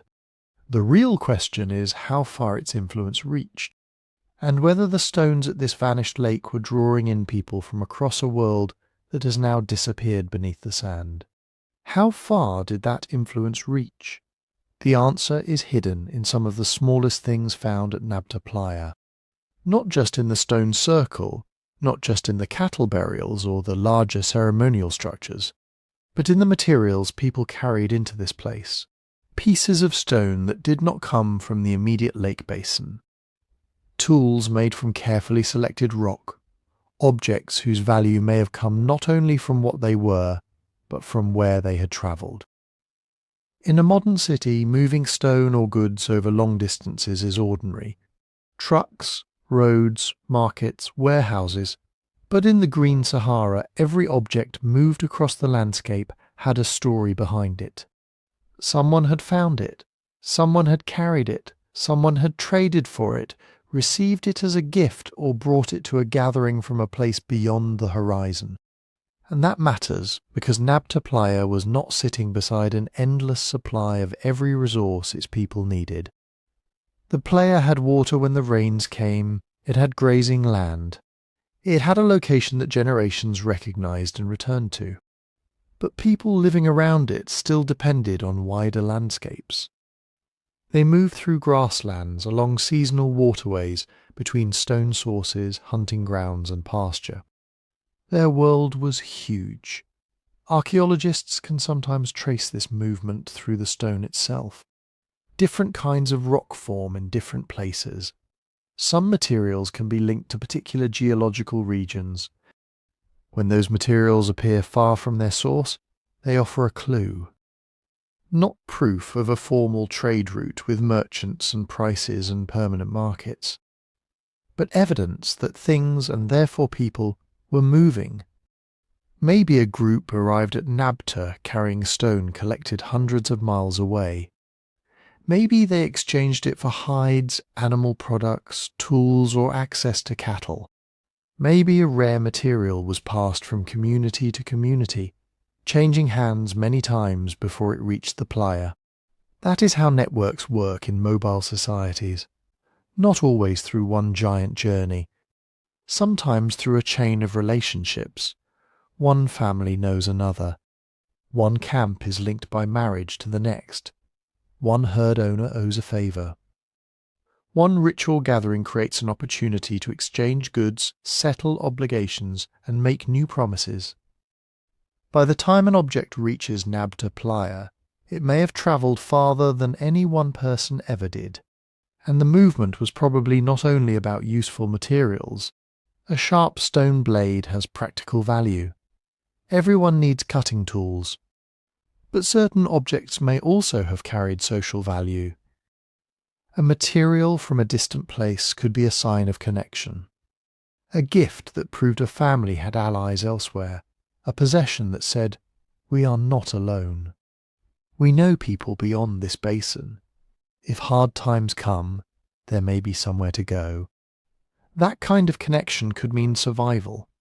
Think about what life in the Green Sahara was actually like. The desert was greener than it is today. Yes, there were lakes, grasslands, wetlands, and grazing animals across regions now buried beneath dunes. But green does not mean predictable. Rainfall still shifted. Waterholes dried. Pasture could disappear after a bad season. Herds had to move. Families had to make choices with almost no margin for error. A small group living in isolation could be one failed rainy season away from disaster. But a group tied into a wider network had options. They could hear that pasture was better to the west. They could send young people to relatives in another territory. They could exchange cattle after disease or drought reduced a herd. They could find marriage partners beyond their own small community, preventing the dangers of generations of isolation. They could gather information that was every bit as valuable as food. Where did the rains fall this year? Which route still has water? Who is moving into this territory? Which families can be trusted? Nabta Playa may have been where that information came together. Not a city crowded with permanent houses, not a capital issuing commands. Something more flexible and in some ways more suited to the world its people lived in. A seasonal aggregation site. That phrase sounds technical, but the idea is simple. For much of the year, communities remain dispersed. Small groups move independently, following their animals and local resources. Then, at a predictable time, often tied to rain or seasonal water, they converge on a known place. For a few weeks, perhaps longer, the population grows.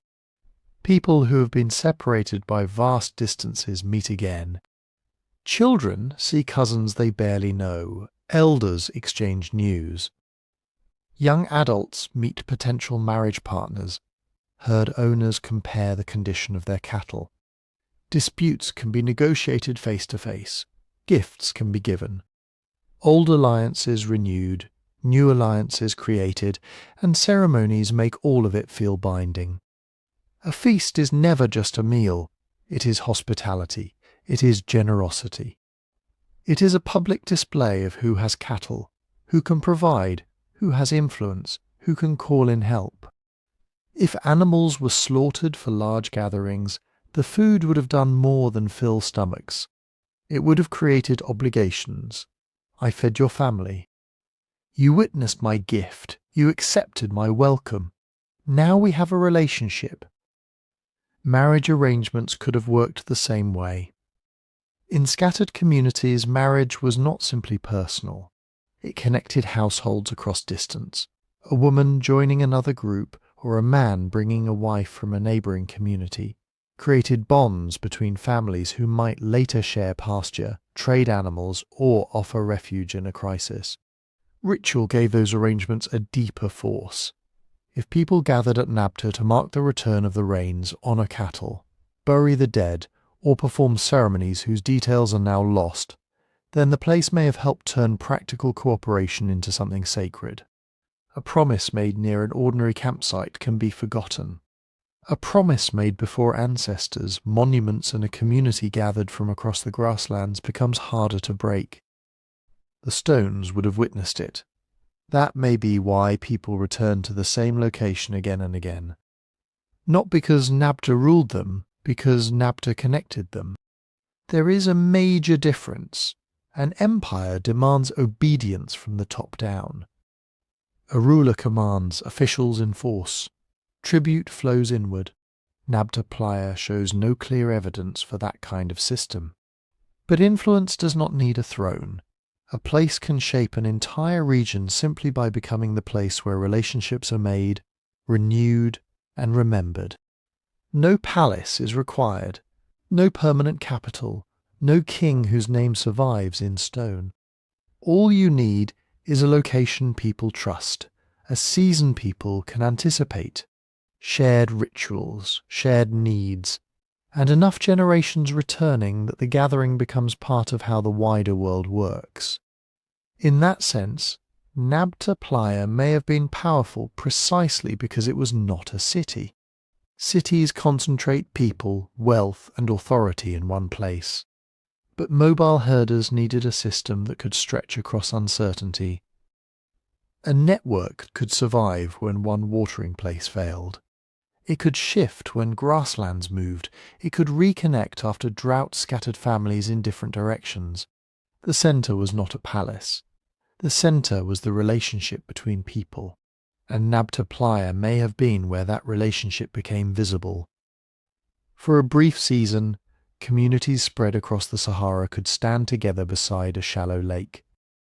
They could see the same monuments, share the same food, exchange the same news, make the same promises.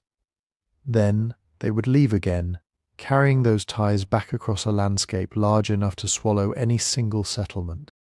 That is not an empire, but it is not isolation either. It is a form of regional power built from movement, memory, and mutual obligation. And once you understand that, the next question becomes even more interesting. If Nabta Playa helped organize people without palaces, kings, or walls, then what did power actually look like in this vanished world? Power may not have looked like a king sitting on a throne.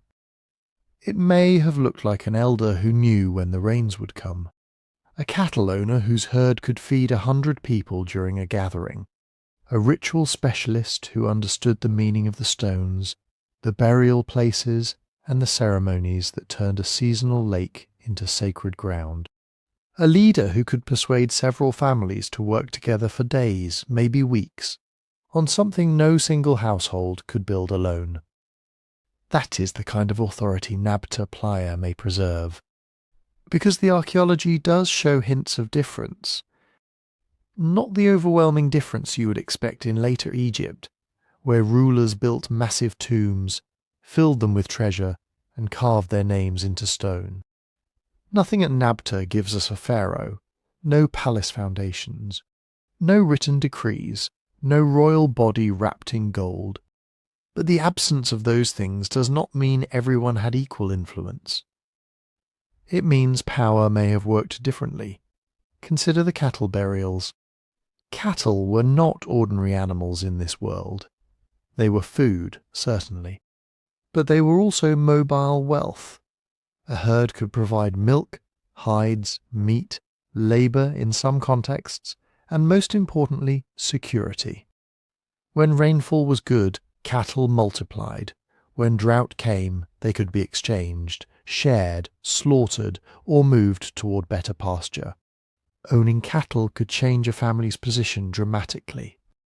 A household with several healthy animals had options that a household with none did not. It could feed guests. It could give animals in marriage arrangements. It could repay a debt. It could help a relative after a bad season.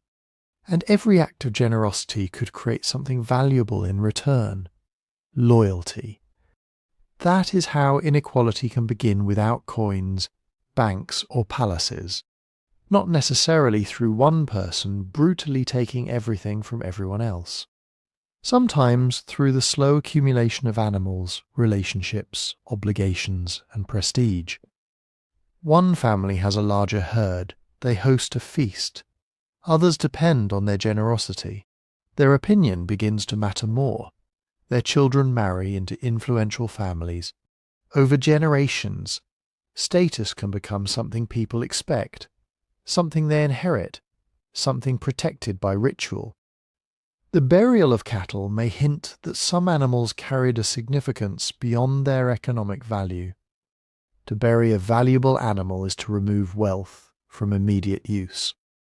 That is a costly act, and costly acts are often public messages. We have enough cattle to do this. We can honour the dead, the ancestors, or the powers of the landscape in this way. We belong here.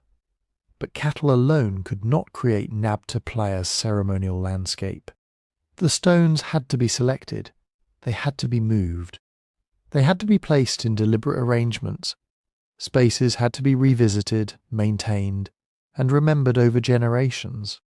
Even if the individual stones were not as enormous as the monuments of later civilizations, moving them across a harsh landscape was still difficult work. Think about the problem. A small family could build a shelter. They could dig a hearth. They could make tools and tend animals. But organising several groups to transport and position heavy stones is different. It requires planning. It requires people willing to give their time to a project that may not feed them immediately. It requires someone or some group capable of saying, "This matters." We do this now. You bring rope, you bring food, you help pull. You help set the stone upright, and the others have to agree. That agreement could have come from many places. Respect for elders, the authority of ritual knowledge, kinship obligations, a council of influential herd owners, or the force of tradition itself. If your parents and grandparents returned to this place, if the stones had always been there, if ceremonies were tied to rain, cattle, death, and the survival of the community, then refusing to participate may have carried social consequences. Authority does not always need guards. Sometimes it lives in expectation. At Nabta Playa, leadership may have been seasonal rather than permanent. For most of the year, families and small groups could have moved through the Sahara with considerable independence. No central ruler following them across every pasture. No officials collecting taxes at every waterhole. But when people gathered at the playa, the social world changed. Suddenly, hundreds of people may have been present. Herds needed to be managed, camps needed space, conflicts needed settling before they became violence. Food had to be shared, marriages might be arranged. Ceremonies needed to happen at the right time, in the right place, according to rules everyone recognized. In that setting, temporary leaders would have been essential. Maybe the people who led ceremonies did not control the largest herds. Maybe wealthy cattle owners depended on ritual specialists to give legitimacy to their status. Maybe elders held authority because they remembered old alliances, old droughts, and the agreements that had kept different groups from turning against each other. Power could have been divided. One person knows cattle, another knows the sky, another knows the sacred stories. Another can speak well enough to stop a feud. That is not a state. But it is organized authority, and it may be more resilient than a simple hierarchy.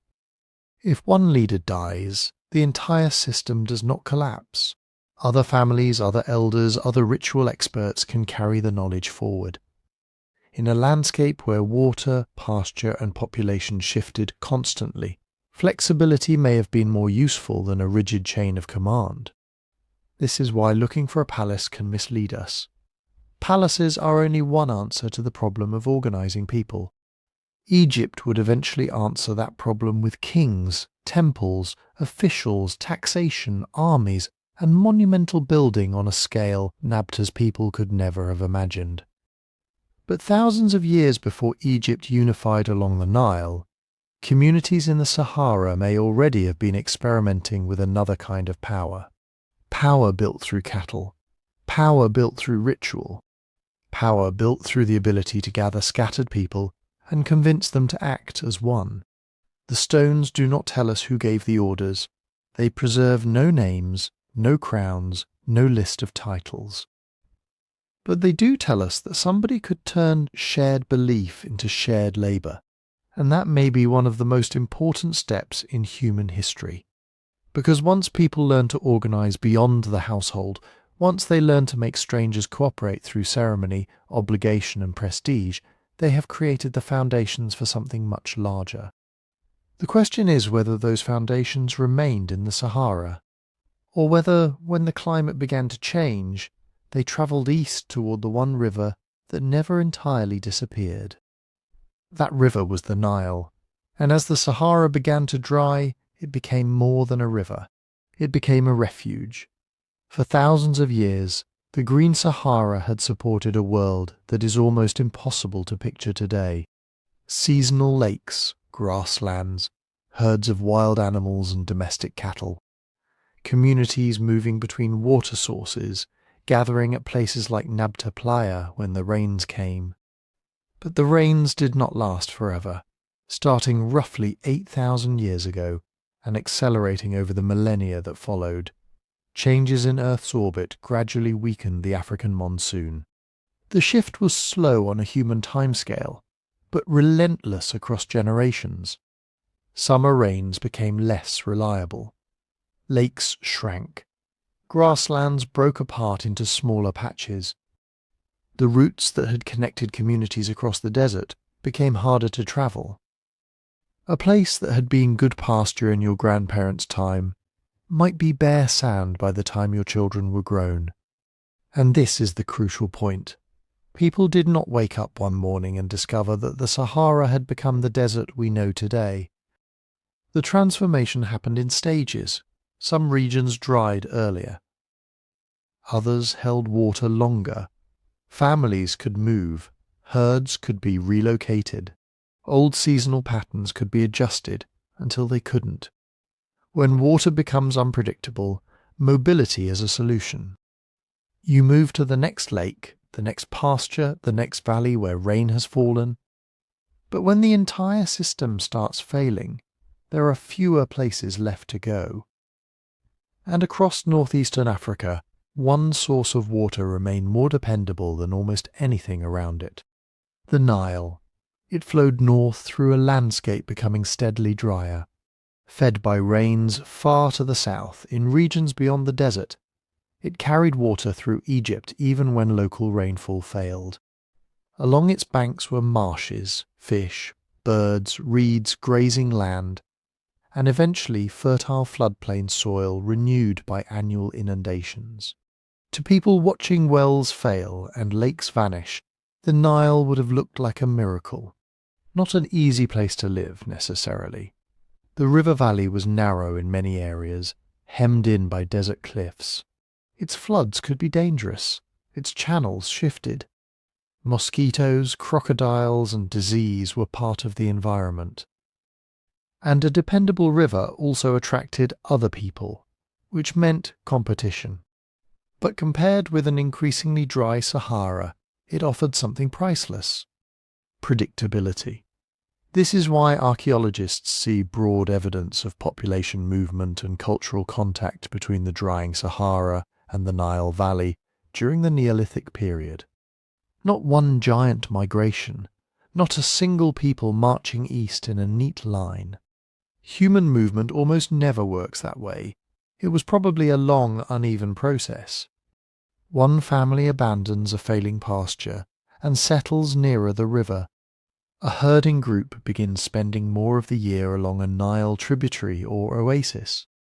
A marriage links desert pastoralists with riverine fishing communities. A drought forces people to move east, while a better season allows others to remain inland for another generation. Over centuries, perhaps millennia, the balance shifted. The Sahara emptied gradually. The Nile Valley filled. And people did not arrive there as blank slates. They brought animals. They brought knowledge of herding.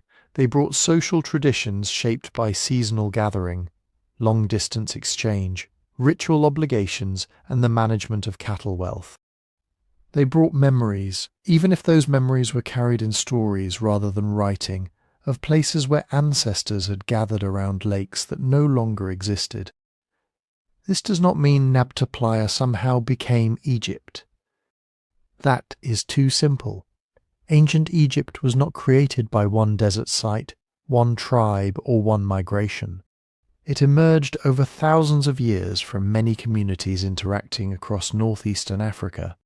Nile fishers, farmers from the Near East, pastoralists from the Sahara, people living in the eastern desert, the Delta, Upper Egypt, Nubia, and regions farther south. Different populations brought different skills, beliefs, and ways of organizing life. But the connections are hard to ignore. Across the wider region, cattle had deep symbolic importance long before pharaohs wore crowns.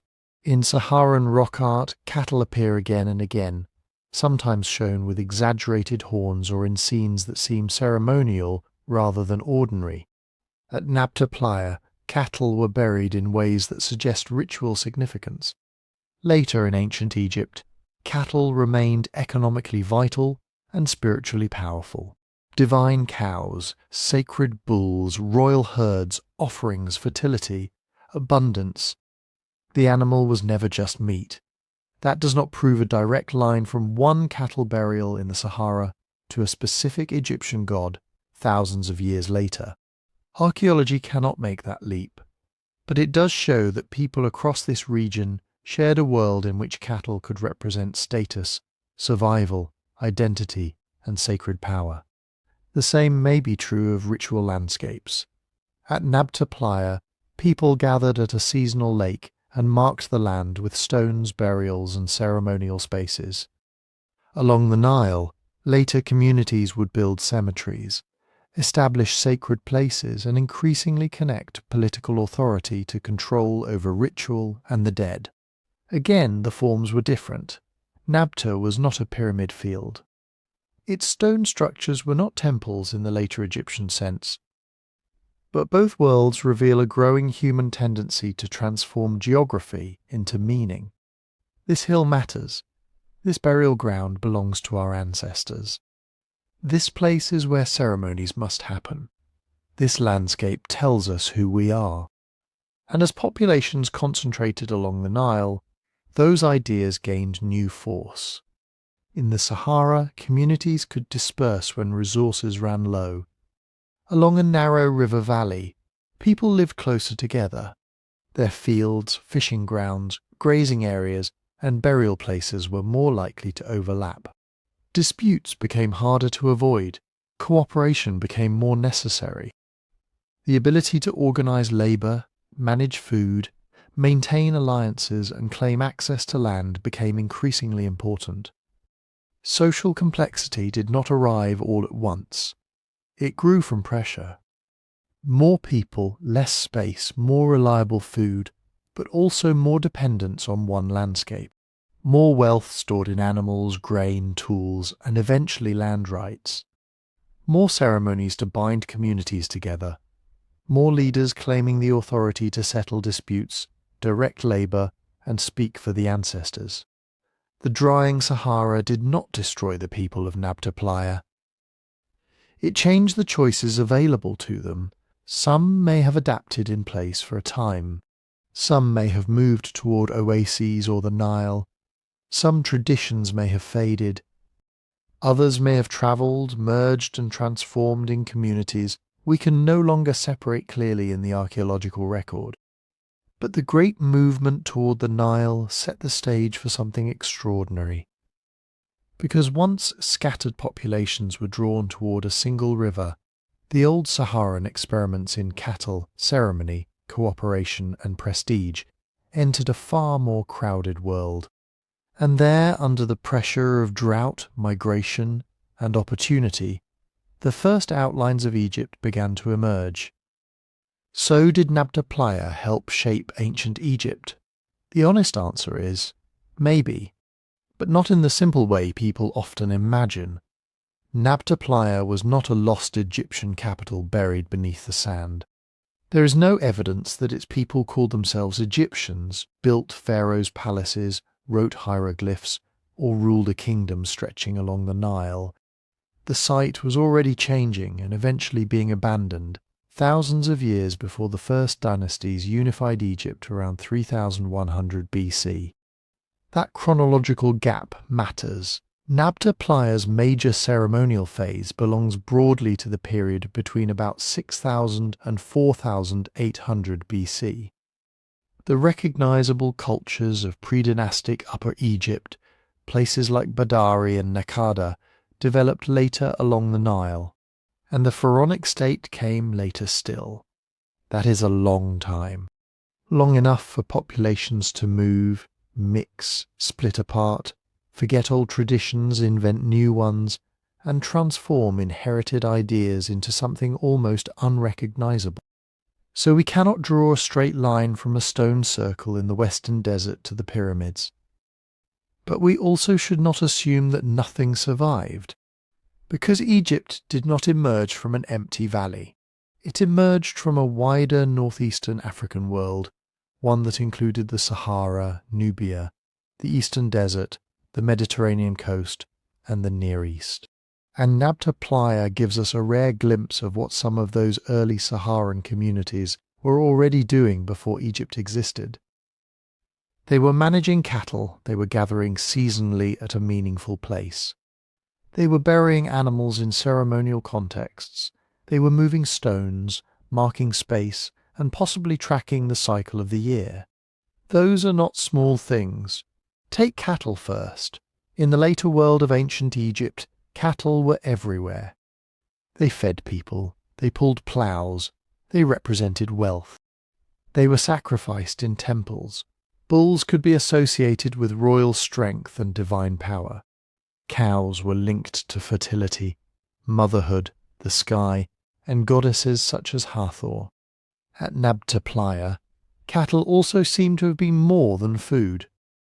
The remains of cattle placed in graves or ceremonial settings suggest that certain animals carried special status. For pastoral communities, that makes perfect sense. A herd was survival. It was milk during hard times, meat in emergencies, exchange wealth, prestige, and a visible sign that a family had the knowledge and connections to endure. A person with cattle had more than animals, they had influence.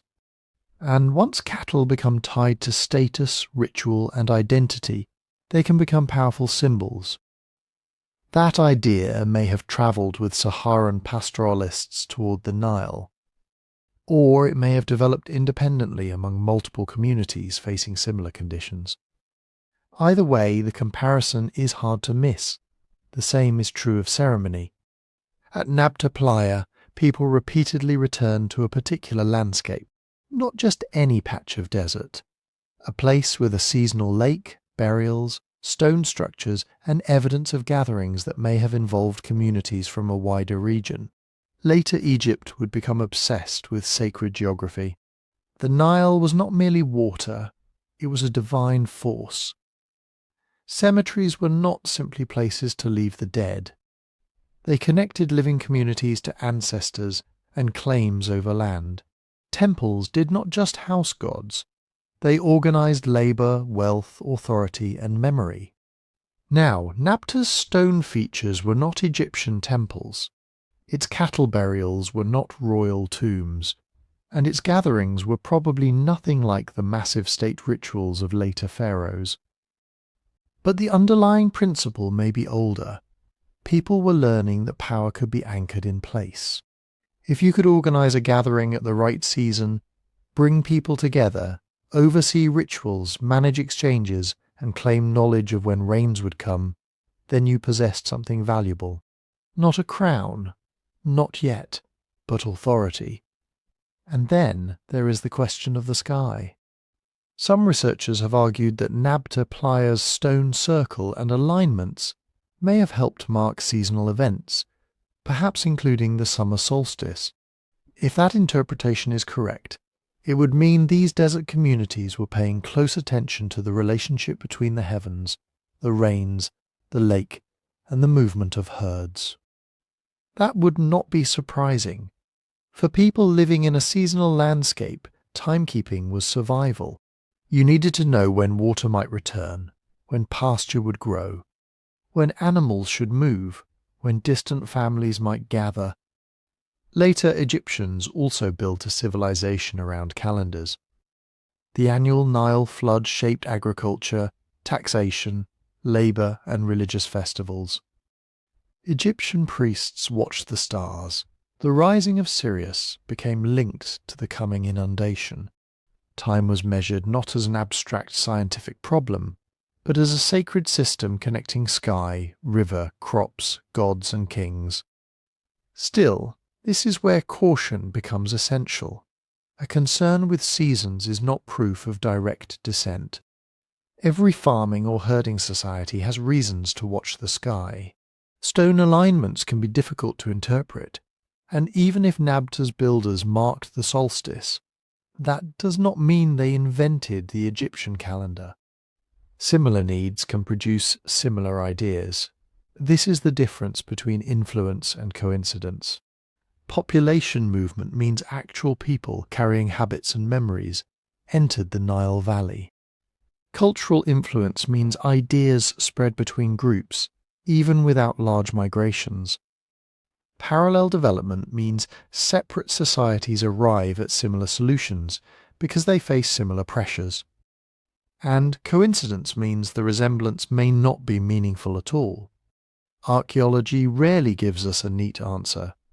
There is no document saying, "We came from Nabta Playa and taught the Nile people our rituals." There is no unbroken chain of monuments linking the seasonal lake directly to the courts of Egypt's first kings. What we have are patterns. Desert pastoralists moving toward the Nile as the climate changed, cattle retaining symbolic importance, ritual gathering places, burials connected to identity and status, increasingly powerful leaders using ceremony, sacred knowledge and control over resources to build authority.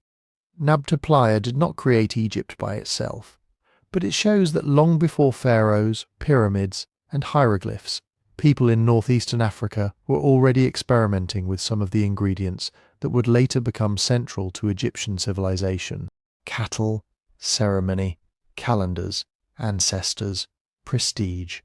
The power to turn a landscape into a story about who belonged, who led, and who understood the order of the world. And then the rains kept failing. And then the rains kept failing. Not in one terrible season. Not with a single stormless year that made everyone pack up and leave. The end of the African humid period was slower than that.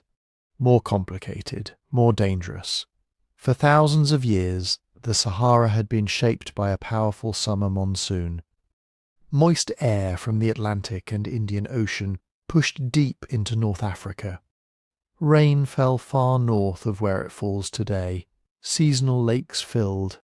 Grasslands spread across regions that are now bare stone and drifting sand. Herds could move through landscapes that modern travellers would consider almost impossible for life. Nabta Playa existed because of that world. Its people did not settle beside a permanent river. They gathered around water that appeared with the rains, remained for part of the year, then slowly vanished again. Their entire way of life depended on reading that rhythm. When to bring cattle, when to move camp, where grass would grow, which wells still held water, which families would arrive from distant territories. For a long time that system worked. Then the rhythm began to change. Around 6,000 years ago, and especially over the following millennia, the northern reach of the monsoon weakened. The exact pace varied from place to place. There may have been abrupt dry spells mixed with temporary recoveries. Some years would still have brought enough rain to fill shallow basins. Others may have been brutally dry, but the overall direction was clear. Less rain, shorter wet seasons, lakes that filled less deeply or disappeared sooner. Grasslands shrinking back toward the south and east. The green Sahara was becoming the Sahara again. Think about what that meant for a pastoral community. Cattle are not like goats. Goats can survive on scrub and thorny plants that many other animals cannot eat. Cattle need more water, more dependable grazing. They need people to know where the next pasture will be before the current one is gone.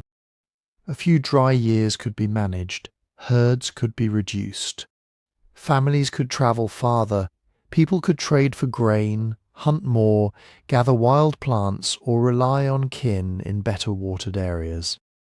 But when dry years become the pattern, every solution starts to fail. A lake that once lasted through the gathering season now shrinks into muddy pools. The grasses around it are grazed down faster than they can recover. Animals weaken. Calves die. Families who once met in one place are forced to scatter earlier, searching for water before the next group arrives. And suddenly the landscape that connected people begins pulling them apart. This matters because Nabta Playa was never just a village. It was part of a wider seasonal world. People came and went. Cattle moved across long routes. Stone, shells, knowledge, marriage partners, and ritual obligations may have travelled between communities separated by enormous distances. Those networks were valuable when the desert was green. But as water sources failed, routes had to change. A journey that once crossed open grassland might now require a risky detour between scattered wells. a place known from generations of memory as a reliable stop might become useless. Groups that had exchanged gifts and cattle could find themselves competing for the same remaining pasture. And when survival becomes uncertain, social life changes too. Ritual may become more important. If rains are unpredictable, people may gather to reinforce alliances, honor ancestors, sacrifice valuable animals, or seek meaning in a world that no longer behaves as it should. The ceremonial landscape at Nabta Playa may have gained even greater emotional power as the environment became less dependable. Or it may have become harder to maintain. Moving large stones, holding gatherings, feeding visitors, and protecting cattle all require surplus. They require people to believe they can return next season. As the desert dried, communities may have had less time, fewer animals, and fewer reasons to make the journey. Trade could have shifted as well. Scarce water and pasture made local resources more precious. Exchange networks may have intensified in some areas, as people relied on distant partners for food or livestock. In other places, those same pressures could have produced distrust, raiding, and conflict. Archaeology cannot tell us exactly what every family felt. We do not have their voices. No written record says, "The lake failed this year. We lost half the herd, we are leaving." But the broader evidence is difficult to ignore. Across the Sahara, settlement patterns changed as the climate dried. Areas that had supported lakes, hunters, fishers, and cattle herders became harder to occupy. Human populations increasingly concentrated near dependable water, major rivers, springs, oases, highland zones, and eventually above all the Nile Valley. This was not necessarily a collapse in the dramatic movie sense. No final battle, no burning palace, no mysterious plague wiping out an empire overnight. Nabta Playa did not vanish because its people simply disappeared. They adapted. Some may have moved toward more reliable water in Nubia. Some may have followed routes east toward the Nile. Others may have gone south, west, or into surviving ecological refuges. Their communities could have split, merged with neighbours, changed their traditions, and become part of populations archaeologists later identify by completely different names. That is what makes the story so difficult to trace. When a city falls, it can leave walls, streets, and inscriptions. When mobile pastoralists relocate, they leave fragments, hearths, potsherds, animal bones, stone tools, burials. A circle of carefully placed stones standing in a desert that was not yet a desert when it was built. By about 4800 BC, Nabta Playa was no longer the gathering place it had been. The rains had retreated. The lake was gone. The cattle routes that sustained the community had become increasingly difficult to maintain. But the people were not gone from history. They were moving toward the next chapter. Where did they go? It sounds like a simple question. Nabta Playa dries up. The lake disappears. The grasslands fail. The gatherings stop. So where did the people go? But archaeology almost never gives us a clean answer to a question like that. There is no final list of names, no record of families loading their possessions onto cattle and choosing a direction. No map showing one community moving east, another south, another vanishing into the dunes. What we have are traces, a campsite used for a few seasons, a broken pot, a hearth, animal bones, a burial, stone tools made in one tradition, then slightly different tools appearing somewhere else centuries later. From those fragments, researchers can reconstruct broad movements. But not every journey. Still, the geography gives us some powerful clues. As the Sahara dried, people would have been drawn toward dependable water. And in northeastern Africa, no source of water was more dependable or more transformative than the Nile. To the east of Nabta Playa lay routes toward the Nile Valley. They were not easy routes. Even during wetter periods, the journey crossed difficult country. But as seasonal lakes disappeared from the western desert, the Nile became more than a river. It became a lifeline, a long green corridor running through an increasingly dry world.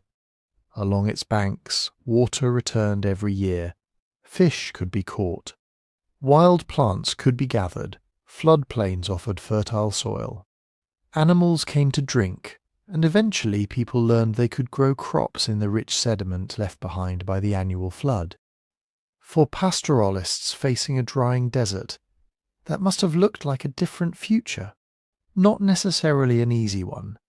The Nile Valley already had people living along it. New arrivals would have encountered established communities with their own territories, customs and survival strategies. Some groups may have settled nearby, some may have traded. Some may have intermarried, some may have competed for access to water, grazing and cultivable land. Over generations those distinctions could blur. A family from the Nabta region might marry into a Nile Valley community. Their cattle traditions might survive, while their old seasonal roots were forgotten. A group might bring knowledge of desert wells, herd management, ritual practices, or long-distance exchange.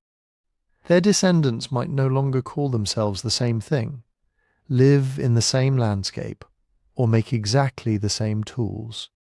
But they would still be there, just changed. And the Nile was not the only possibility. To the south, Nubia, and what is now northern Sudan, offered other habitable zones. Rainfall remained more reliable farther south. The Nile continued through landscapes where pastoralism could still work, where herds could move between seasonal pastures, and where communities had been adapting to changing climates for thousands of years. Some Nabta Playa groups may have moved in that direction, following the retreating rains. Others may have joined populations already living in the wider Sudanese savannas. This would not have been a single migration of an entire people. It was more likely a long process of movement, return, separation, and merger. One family group leaving after a bad season, another staying for decades. A third shifting between desert and river depending on rainfall. Human migration rarely moves like an arrow on a map. It spreads like water finding cracks in stone. And then there were the oases. Today an oasis can seem isolated, a tiny patch of green surrounded by vast emptiness. But in a drying Sahara, oases may have become critical nodes in a shrinking network. Springs and groundwater could support small communities long after seasonal lakes had failed. They offered water, vegetation, shade, and a stopping point for travellers moving between larger regions. Some desert populations may have concentrated around these refuges, but oases had limits. Their water supplies could support only so many people and animals. A place that sustained a few families might not sustain a whole regional gathering. So oases may have served less as permanent replacements for Nabta Playa and more as stepping stones, places to rest, trade, exchange news, and decide where to go next. Westward routes are possible too. The Sahara did not dry evenly. Some highlands, river systems, and groundwater zones remained viable longer than others. Communities may have moved towards surviving grasslands or joined pastoral groups in central and western North Africa. That is the most important thing to understand. The people of Nabta Playa may not have gone anywhere together. The community itself may have fragmented, some headed toward the Nile, some toward Nubia, some into oasis networks.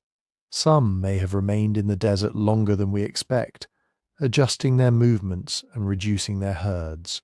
Some may have merged into neighbouring populations so completely that archaeologists can no longer separate them from the people who were already there. And this is where the mystery becomes frustrating. Archaeologists are good at finding places where people stayed. Permanent villages, cemeteries, storage pits, houses. Monuments, those leave patterns in the ground, but mobile communities are harder to follow. If people moved seasonally, reused old camps, carried their possessions, and built with wood, hides, reeds and grass, much of their world simply would not survive. The desert preserves some things remarkably well, but it also hides them. Wind strips away shallow deposits, sand buries campsites. Later travellers disturb older ground. A site occupied for only a few weeks may leave almost nothing, and even when evidence survives, matching one abandoned settlement to one later community is extraordinarily difficult. A pottery style may spread without people moving at all. It can travel through trade, imitation, marriage, or shared ritual. The same is true for stone tools. Similar cattle practices may reflect direct ancestry, cultural exchange, or separate groups responding to the same environmental pressures. Genetics might seem like the answer. If we could compare ancient DNA from Nabta Playa with later populations along the Nile or in Sudan, maybe we could trace their descendants directly.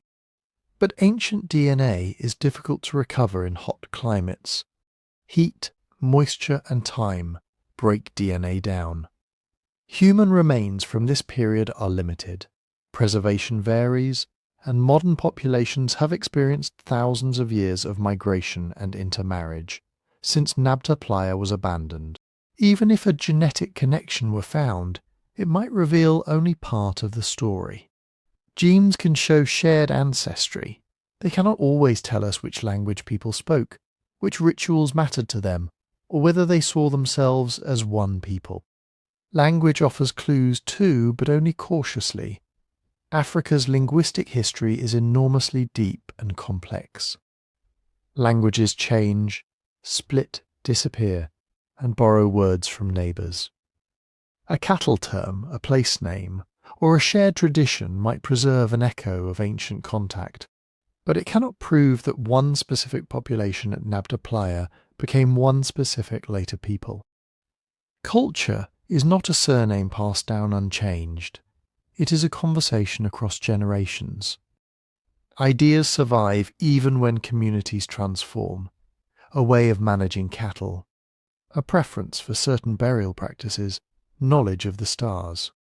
The importance of ceremonial gathering places.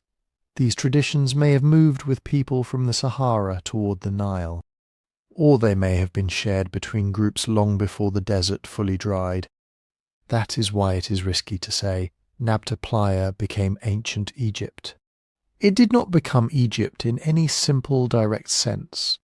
Thousands of years stood between the final major use of Nabta Playa and the rise of Egypt's first pharaohs.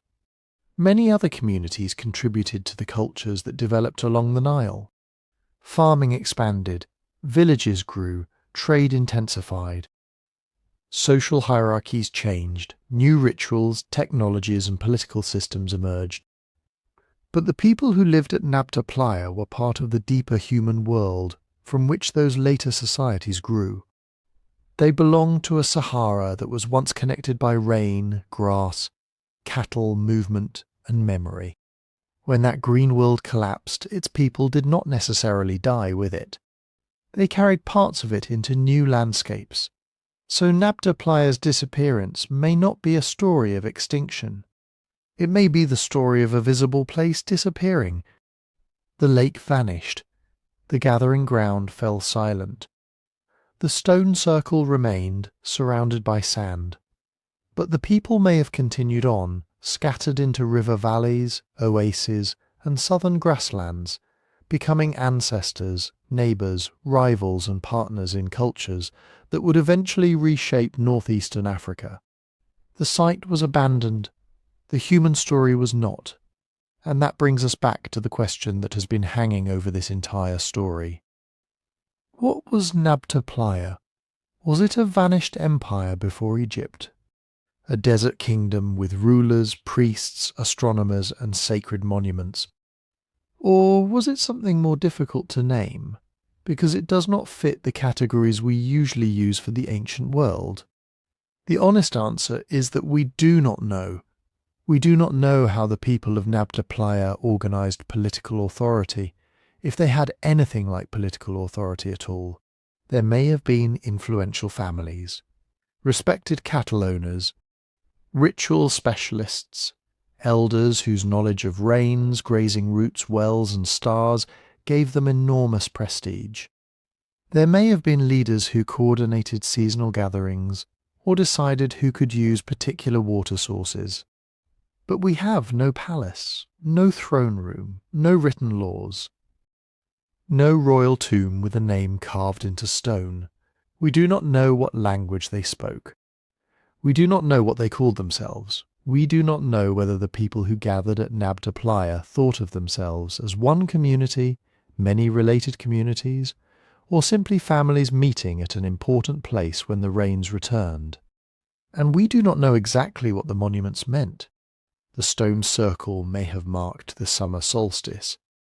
The larger alignments may have connected ritual spaces, seasonal events, burials or features of the landscape that no longer survive. The cattle burials may have honoured wealth, ancestors, offerings to powerful beings, or all of those things at once. Each possibility is fascinating, none is certain. That uncertainty has created a temptation. Nabta Playa is old. It has stones. It has alignments with the sky. It predates the pyramids by thousands of years, and so people sometimes turn it into something it may never have been, a lost super-civilization, an ancient observatory more advanced than anything that came after. Proof of a forgotten empire erased from history. But those claims can make the real story seem smaller than it is. They are not needed. You do not need to imagine secret technology or impossible knowledge to be amazed by Nabta Playa. The genuine achievement is already extraordinary. Human communities living in a green Sahara learned to manage cattle, move across a difficult landscape, maintain social ties over long distances, create ceremonial spaces, bury their dead with care, and build monuments whose meaning mattered enough to outlast the people who made them. They did this without cities, without writing, without pharaohs. And that challenges the way many of us have been taught to think about civilization. For a long time, the standard story went something like this. Civilization begins beside great rivers. The Nile, the Tigris and Euphrates, the Indus, the Yellow River. Water supports farming. Farming supports villages. Villages become cities. Cities create kings, temples, armies, writing and states. There is truth in that story. Rivers were enormously important. The Nile Valley would eventually support one of the most powerful civilizations on Earth. But climate archaeology reveals a larger picture. Before the Nile became the center of Egyptian civilization, the Sahara was not simply an empty barrier surrounding it. During wetter millennia, it was a living world of lakes, grasslands, animals, herders, camps, pathways, and gathering places. People did not wait passively beside rivers for history to begin. They were already adapting, experimenting, trading, organizing, and creating meaning across landscapes that are desert today. The Sahara was not outside the story, it was part of the story. And Nabta Playa forces us to confront another uncomfortable fact. Complex societies do not always leave the evidence we expect. If a community builds in mud, wood, reeds, hide and grass, much of its world disappears. If people move seasonally instead of living permanently in one town, their settlements may leave only shallow traces. If they pass knowledge through stories, rituals, songs and memory rather than writing, their voices vanish almost completely. What survives may be a few stones, a burial, broken pottery, cattle bones and patterns in the ground. To us that can look like almost nothing. But almost nothing is not nothing. A stone circle is not just a circle of stones, it is evidence that people gathered. Planned, measured, remembered, returned. It suggests that a place in the landscape had become more than a source of water or pasture. It had become meaningful, maybe sacred, maybe political, maybe both. So was Nabta Playa an empire? Probably not, at least not in the sense we usually mean. There is no clear evidence of a centralized state ruling territory through armies, taxes, bureaucracy, or kings. Calling it an empire may tell us more about our desire for familiar labels than it tells us about the people who lived there. But if we widen the question, a different answer appears. Nabta Playa may represent another kind of human achievement, a network of mobile pastoral communities capable of coordinating across distance, a ceremonial centre that drew people together, a society where cattle, ritual, landscape and astronomy helped organise life long before monuments rose beside the Nile. Not an empire hidden beneath the sand, something stranger, something older.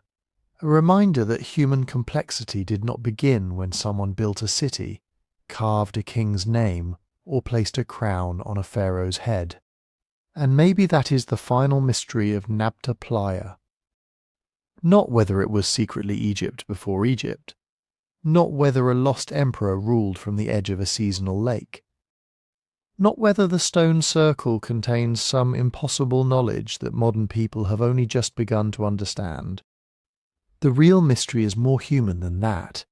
How did communities with no writing, no cities, and no permanent monuments on the scale of later civilizations create a place important enough to draw people back across generations? How did they maintain the knowledge required to survive in a landscape where water could appear, disappear, and reappear with the changing rains? How did they decide which animals to protect, which ancestors to honour, which stones to move, and which moments in the sky mattered? Nabta Playa does not give us all the answers, but it gives us enough to know that something remarkable happened there. For thousands of years, the basin was part of a living Sahara. Seasonal rains filled shallow lakes, grasslands supported wild animals and cattle herds. Families moved through a world of pasture, waterholes, camps, and long-distance connections. They made pottery, they buried cattle, they buried some of their dead with care. They gathered at ceremonial places, and at Nabta Playa, they arranged stones in ways that appear to have connected landscape, season, ritual, and memory. That is not a random collection of prehistoric debris. It is a cultural landscape, a place shaped by repeated human decisions over an immense stretch of time. The stone circle is only one piece of it.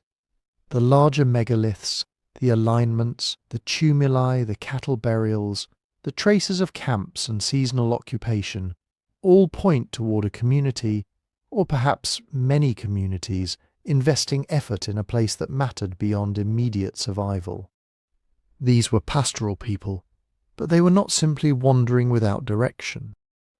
Their lives may have been mobile, yet mobility does not mean disorder. In fact, moving successfully through a seasonal environment requires planning on a level that settled farming communities often take for granted. You need to know where rain is likely to fall, where grazing will last, which routes are safe, which wells can be trusted, who has access to which land, who is related to whom, when groups should meet, how obligations are remembered, how disputes are settled before they become violence. And you need stories.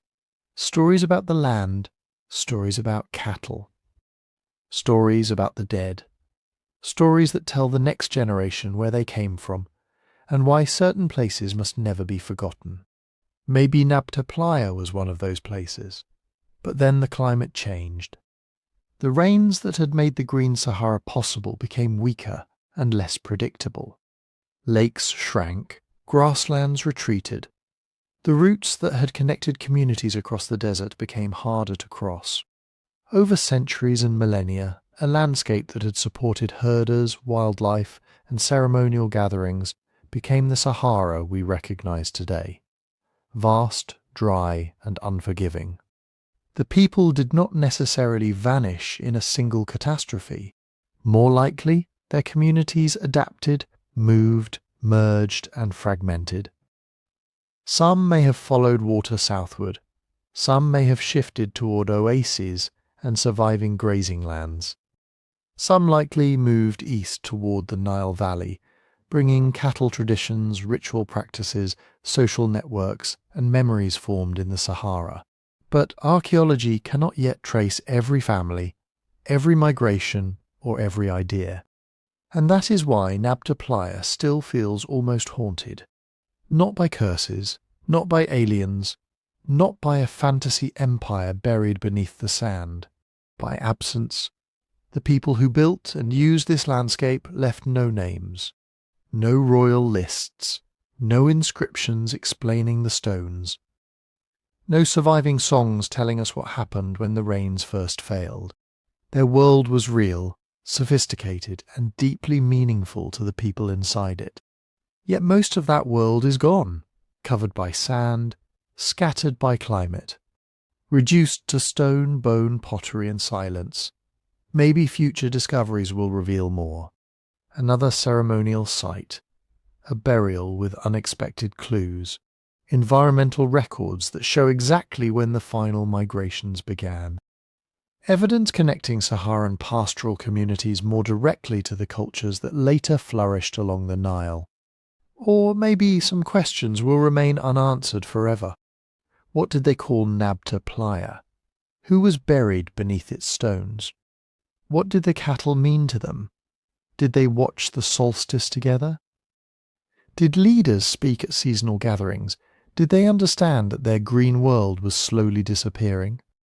We may never know. But the stones are still there, asking the question. Before the pharaohs, before the pyramids, before Egypt became Egypt, how many other worlds rose, changed, and disappeared without leaving a history anyone could read? If this story made you see the Sahara differently, please like the video, subscribe to the channel, and leave a comment. And tell us where you're listening from. It's always incredible to see how far these ancient stories travel. And if you want to support the channel in the best possible way, listen on Spotify using the link in the description.